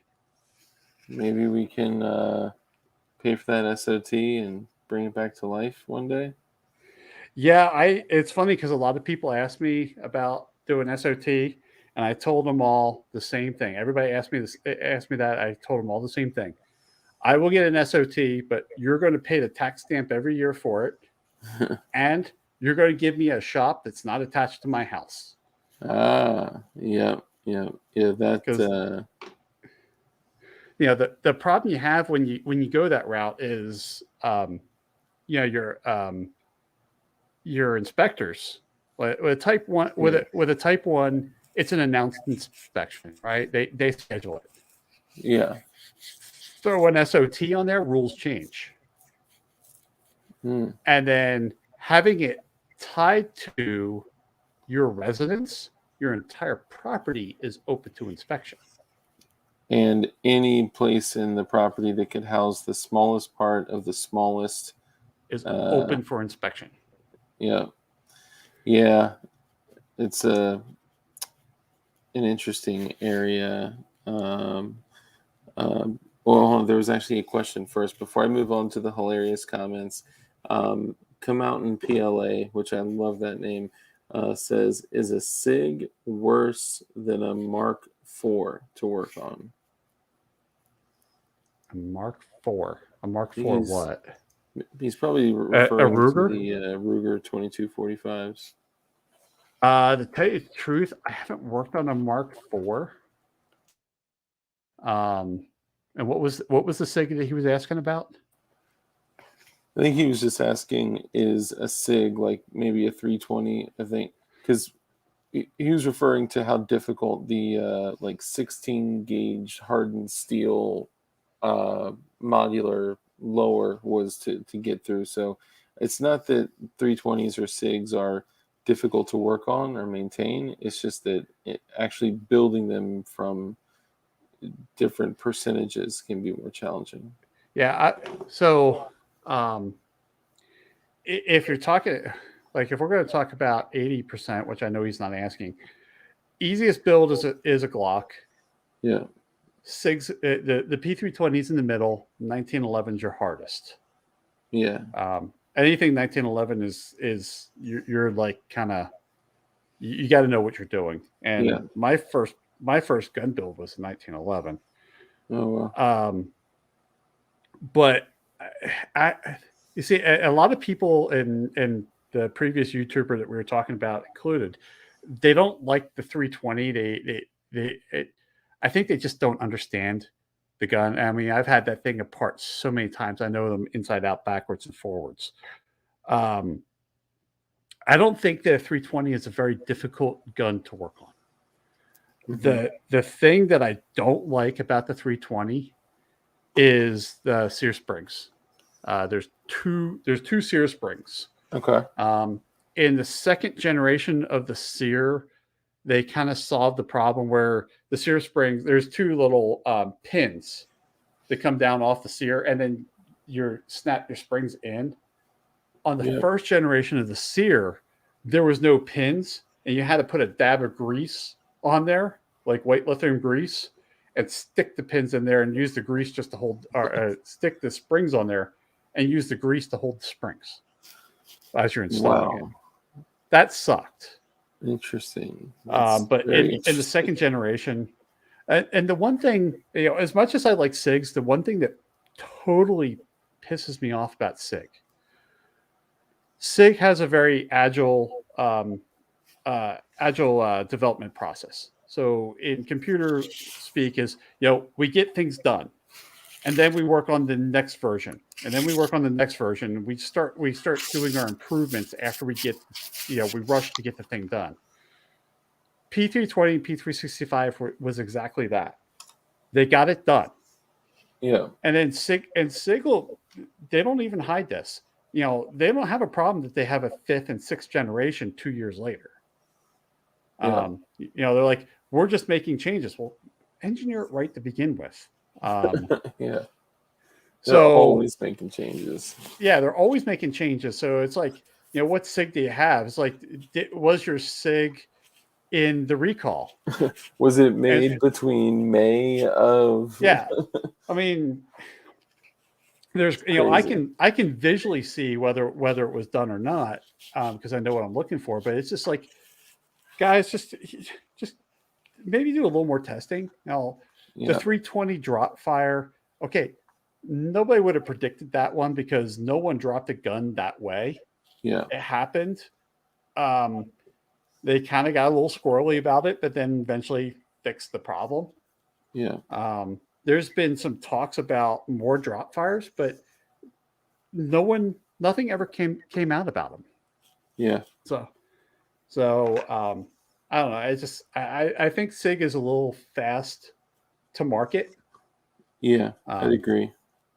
Well, I think some of the challenges of a lot of other companies that are great are that they're way too slow to market. Keltec. Like, I love Keltec, and I know a lot of people are going to shit on Keltec. That's fine. I love their creativity and ingenuity, and even the P11, man, the PF9. Like, they're great little shitters. And I call them little shitters, but they run. They run and they will eat anything and everything. Well, look at the Keltec. Crap, what was the 380s, the pocket 380s they came out with? P3AT. Well, I was thinking the one that it was so good that Ruger licensed the design for the Ruger. The LCP, the little crappy. Yeah, pistol. The LCP. Yeah. Yeah. I mean, it was such a good thing that Ruger, they didn't even steal it; they just licensed it. Yeah. Yeah. Yeah, and those were good.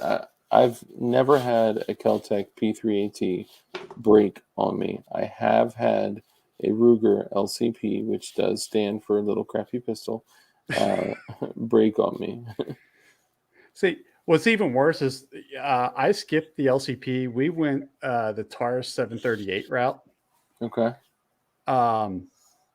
What a crappy little gun that is too, but it's concealable. Does it run? Yeah, it runs. We've never. The problem we have with them is they're headhunters. So all your shells come back and hit you right in the forehead. Yeah. And I believe it or not, I did actually carry that gun earlier today. Wow. But we went that route because the Ruger and the Keltec didn't have last shot hold open. Yeah. Yeah. But the TARS TCP did. And then TARS killed that gun pretty fast. It was not a very popular gun. But the one thing I like about it is, I got big hands. That TCP I could actually hold and have no problems with. Much more generous grip. Yeah. But I felt just holding it, it didn't feel like it was durable, It's look, even the Sears plastic in that damn gun. Yeah. It's a crappy look. Trust me. So like the Keltec, you actually run a spring from the top, you pull it all the way down, and it locks into the bottom for the sear spring. Is it Yeah. similar to that setup in the Taurus? They have that they have that problem too. And then getting the sear onto the pin, Oh it's bad. God, It's bad. it's hell. It's hell. It is. I've taken that apart completely several times to paint it. I had one back in the day from Keltec from the factory that had a gray frame and a like hard chrome slide, and I bought one back in the day for like $200, and I was like, okay, I want to, you know, I don't want to keep it black. I want to paint this. I want to do something else. So I did like an olive drab green frame, and then I did it 100% all olive drab green. Then I did uh, brush chrome on the slide. I took all the paint off. Then I took all the parkerizing, bluing, whatever they did to it. I don't even remember at this point. And then I polished it up and made it like a really nice brushed chrome kind of look. And then I was like, well, man, I don't want an OD green frame now. So then I took the Brownells stainless gray Alumahide and I did that gray color at the bottom. So I was like, in the end, after, 10 times of taking it down and putting it back together, I finally have like a gray and chrome um, Keltec P3AT, and I love it. The thing is great, and I trust it.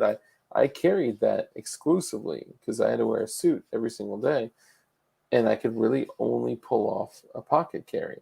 Anything in the waist, like if you have to sit in a chair with arm rests on them, that thing could Yeah. flap your suit jacket, and I couldn't. I was not in a position where I could show that I was carrying, so I just carried that for the longest time. But yeah, it is a pain in the ass to say the least to take it apart and put it together. Yeah. Yeah, Totally. yeah. Um, well, I think that's all my last little crazy questions. Oh, what's your long gun of choice if you had to grab it and go to town, so to speak? My long gun of choice right now is my 308 AR. Okay, nice. So and I designed that gun. I built that gun. I did a very specific design. Um, I like to call it a sleeper gun because it's got a 16-inch barrel, Mm-hmm. a 308 with a 16-inch barrel and a break, I like it. um, and a collapsible stock. So basically, you don't know it's a 308 unless you're paying attention to the magazine. Mm, So nice. that's why I call it my sleeper. And then with that 16-inch barrel and that break, it's loud. Loud as hell. I can Yeah. imagine. But what's nice about it is there's no recoil because the brake is actually when you shoot the gun you actually have to pull back on it because you have so much gas going through that brake because of that 16-inch barrel Yeah. that you got a lot of forward movement. My buddy has one of those like micro PTR 308s. They're like, I don't know, 8 inches or seven and a Yeah. half inches. That thing is a flamethrower, man. It is crazy. And you Yeah. can feel that concussion in your chest. Like when you take it out, it's nuts. And I told him, I was like, dude, I think Safety Harbor, a bunch of places, they make, with shout out to Walt with Safety Harbor Firearms. They actually made, let me see, I should have one here. They made this, the Scorpion adapter for the 1913 Yep. Picatinny rail. And this thing is solid freaking steel. Like yeah, if you're getting one of these, like you gotta hammer this bad boy down on the polymer. It's intense.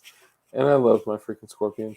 Um, Actually, I'll share this, then we'll wrap up, promise.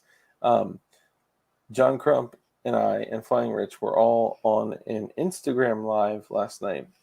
And very rarely do I get to um, match John Crump's toys, let alone exceed them. Beat them. Yeah. And Yeah. he was like, oh, I got let me show off my Scorpion. And I was like, oh, what do you got? He's like, I got a Scorpion with a suppressor and a binary trigger and blah blah blah and all this, and it's so cool. And I was like, really?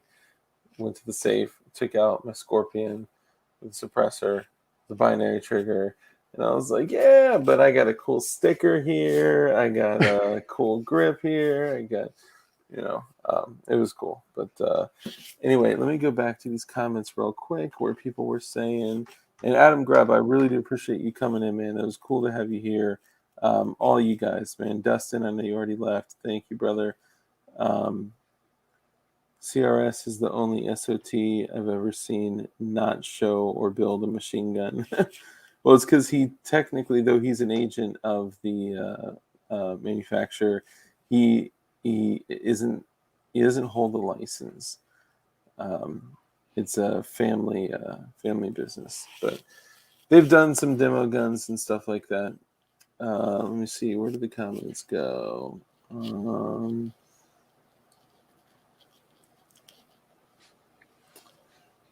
Okay. Next project, P80 for my PW. Are you talking about your prison wallet? That's awesome. We have this thing. It's called PW All right, and I know this is gonna sound crazy, but let me pull this up. Okay, so we have a store here, and I'll show all you guys. Some of you may have not seen it. Some of you may have seen it, but we wanted to take this shit seriously. And there's also an opportunity to support Hoff over at Richard Hoffman with BWE Firearms. So we wanted to launch our new store. This is our September store that's only 2 months late. It's my fault. I'll take ownership of that. Sorry. This is the PWEDC shirt. Now, PWEDC does indeed stand for Prison Wallet Everyday Carry. And we set it up to, we got a Swiss Army knife, a Derringer, brass knuckles, a handcuff key, a small knife, the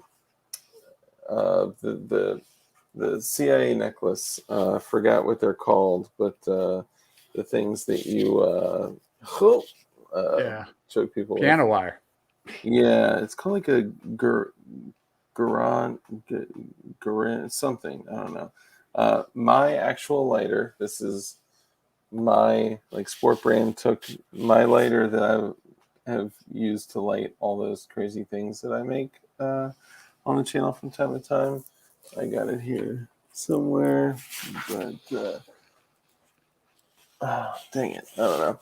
Anyway, so it's around, and then of course the full size 6-inch square butt 38 special revolver. That there's an actual story where a guy literally put that somewhere where he shouldn't have, and then ended up in jail with it inside of him. And then, of course, a razor blade, box cutter razor blade. So that's the PWEDC shirt, and that's 20. It's $28. Everything includes shipping. I don't know why it says 28 to 30. Maybe there's some super big sizes there. Also, the glowy hoodie with the eagle,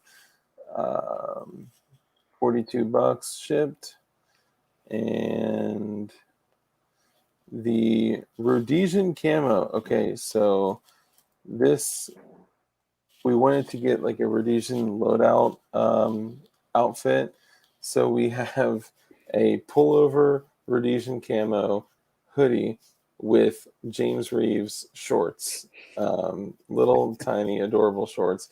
This was actually the first thing that sold on our store. Funny enough, I could picture somebody getting that and rocking a plate carrier with an FAL or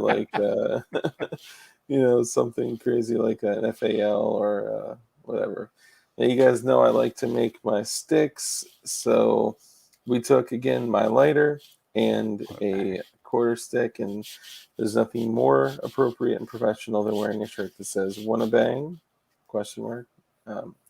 So yeah, that's probably going to be the next one I'm going to get. And then I rock the beanies, the Magpul beanies year round, or not year round, this time of year, excuse me. So we had to do a Blue Chem Light glowy beanie. And then we also have BWE, his store. I don't want to take too much of y'all's time, and you, Mr. Banshee.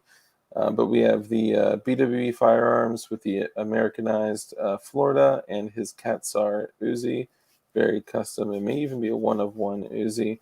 A denim BWE Uzi King hat to pay homage to his denim shop apron that he always wears. And then, of course, the Uzi hoodie with his Katsar Uzi, a micro Uzi, and a mini Uzi.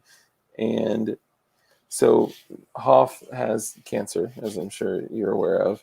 And as a result of that, he has to have a shit sack on him, like where his poop goes into. So we made a BWE tactical shit pouch where you can house all of your tactical shit in here. And it naturally is made of denim as well, paying further homage to his denim, what do you call it, apron. So it comes in two sizes, medium and large Marge. So make sure that you make your selection there. But we also may be coming out with a glowy THC, which is a tactical hip carrier. Not to be confused with anything else THC related. Nothing all natural. Yes, all natural, 100% organic. Let me see if. Oh my God! I cannot believe we are still in the green. This is nuts. And Okay, in 3.5 hours too. I know, right? So Dirt McGirt said, "Big bag of D's." Flaming rainbow it. I'm done. Okay, eating some Ralph. Oh, that's a good one. Raphael, don't play Holmes. Next project, P80 for my prison wallet. That may be a winner. Emery board instead of sandpaper. Okay, I don't know.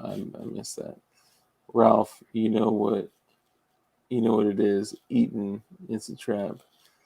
Wally got good $6 files. Can't handle that live.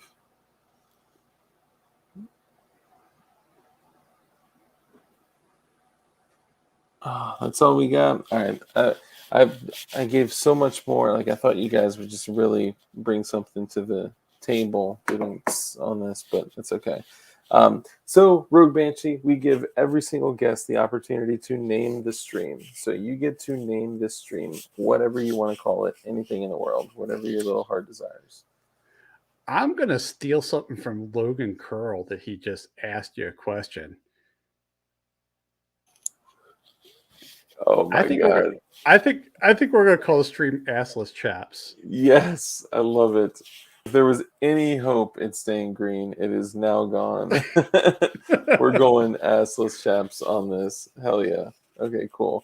We actually got so we had Cody Wilson on the show. This is the story we tell all the time when we talk about this, but he at the end we were like, we give every guest the honor of naming the stream, and he was like, shit, fuck. We're like, all right, there we go. Shit Fuck with Cody Wilson. And it's still to this day is called Shit Fuck with Cody Wilson. Awesome, dude. Well, Rogue Banshee, let everyone know where they can find you, follow you, and how they can support you. Yeah, you can reach me on YouTube, the Rogue Banshee. You can also reach me on Instagram, the Rogue Banshee. If you just Google the Rogue Banshee, you will find me. I do trend for my own name in search on YouTube. You will also find a website, they call it the Rogue Banshee, and you can find that at www.trb.fyi. And that's kind of I always do an article out there. It's a real quick write up of the video for the week. And then if you want to support me, while you're on trb.fyi, just click on the affiliate links and shop through those affiliate links. I will get a small percentage, and you will not pay anything more than you were going to before. Heck yeah. It's the best way to support our peeps. And is there a particular channel that you'd like to pimp? I'll steal that from Crump. Oh, you see, I wasn't even ready for that. Yes. So I'm going to pimp the same channel I pimped on Crump. Yeah, do it up. It'll be Living Free in Tennessee. Living free in Tennessee. She is it's great. She has a great story because she used to be a liberal in Oregon, and she lives a very independent life in Tennessee now, and that's kind of her whole thing. Is she's got her own homestead, and she's kind of teaching people how to live. I think her motto is like living the life you want on your terms. Nice. That's awesome. Living free in Tennessee. So check it out, guys. And as you all know, I always in the stream, first let me just say, make sure you go to the Rogue Banshee, sub to him, click the notification bell, select all notifications. He's definitely one of us, if you haven't been able to tell. So we want to make sure we support him. And as we end the stream, we'll bring it back to what we always discuss.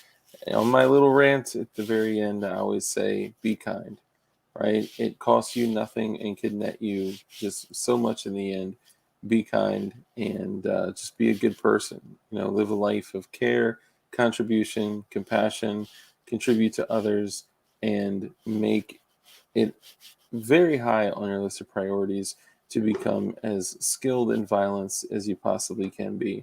And just be safe, but be as dangerous as you possibly can. Logan, I couldn't find it. I'm not gonna lie.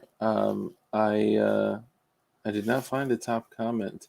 If anything, I think Bob's was pretty good. But it may. Ooh, garbage rod. Oh, I just saw that. That's he usually ignores or leaves. Oh, who? Oh, did I miss the drama? Um. Oh man, hold on.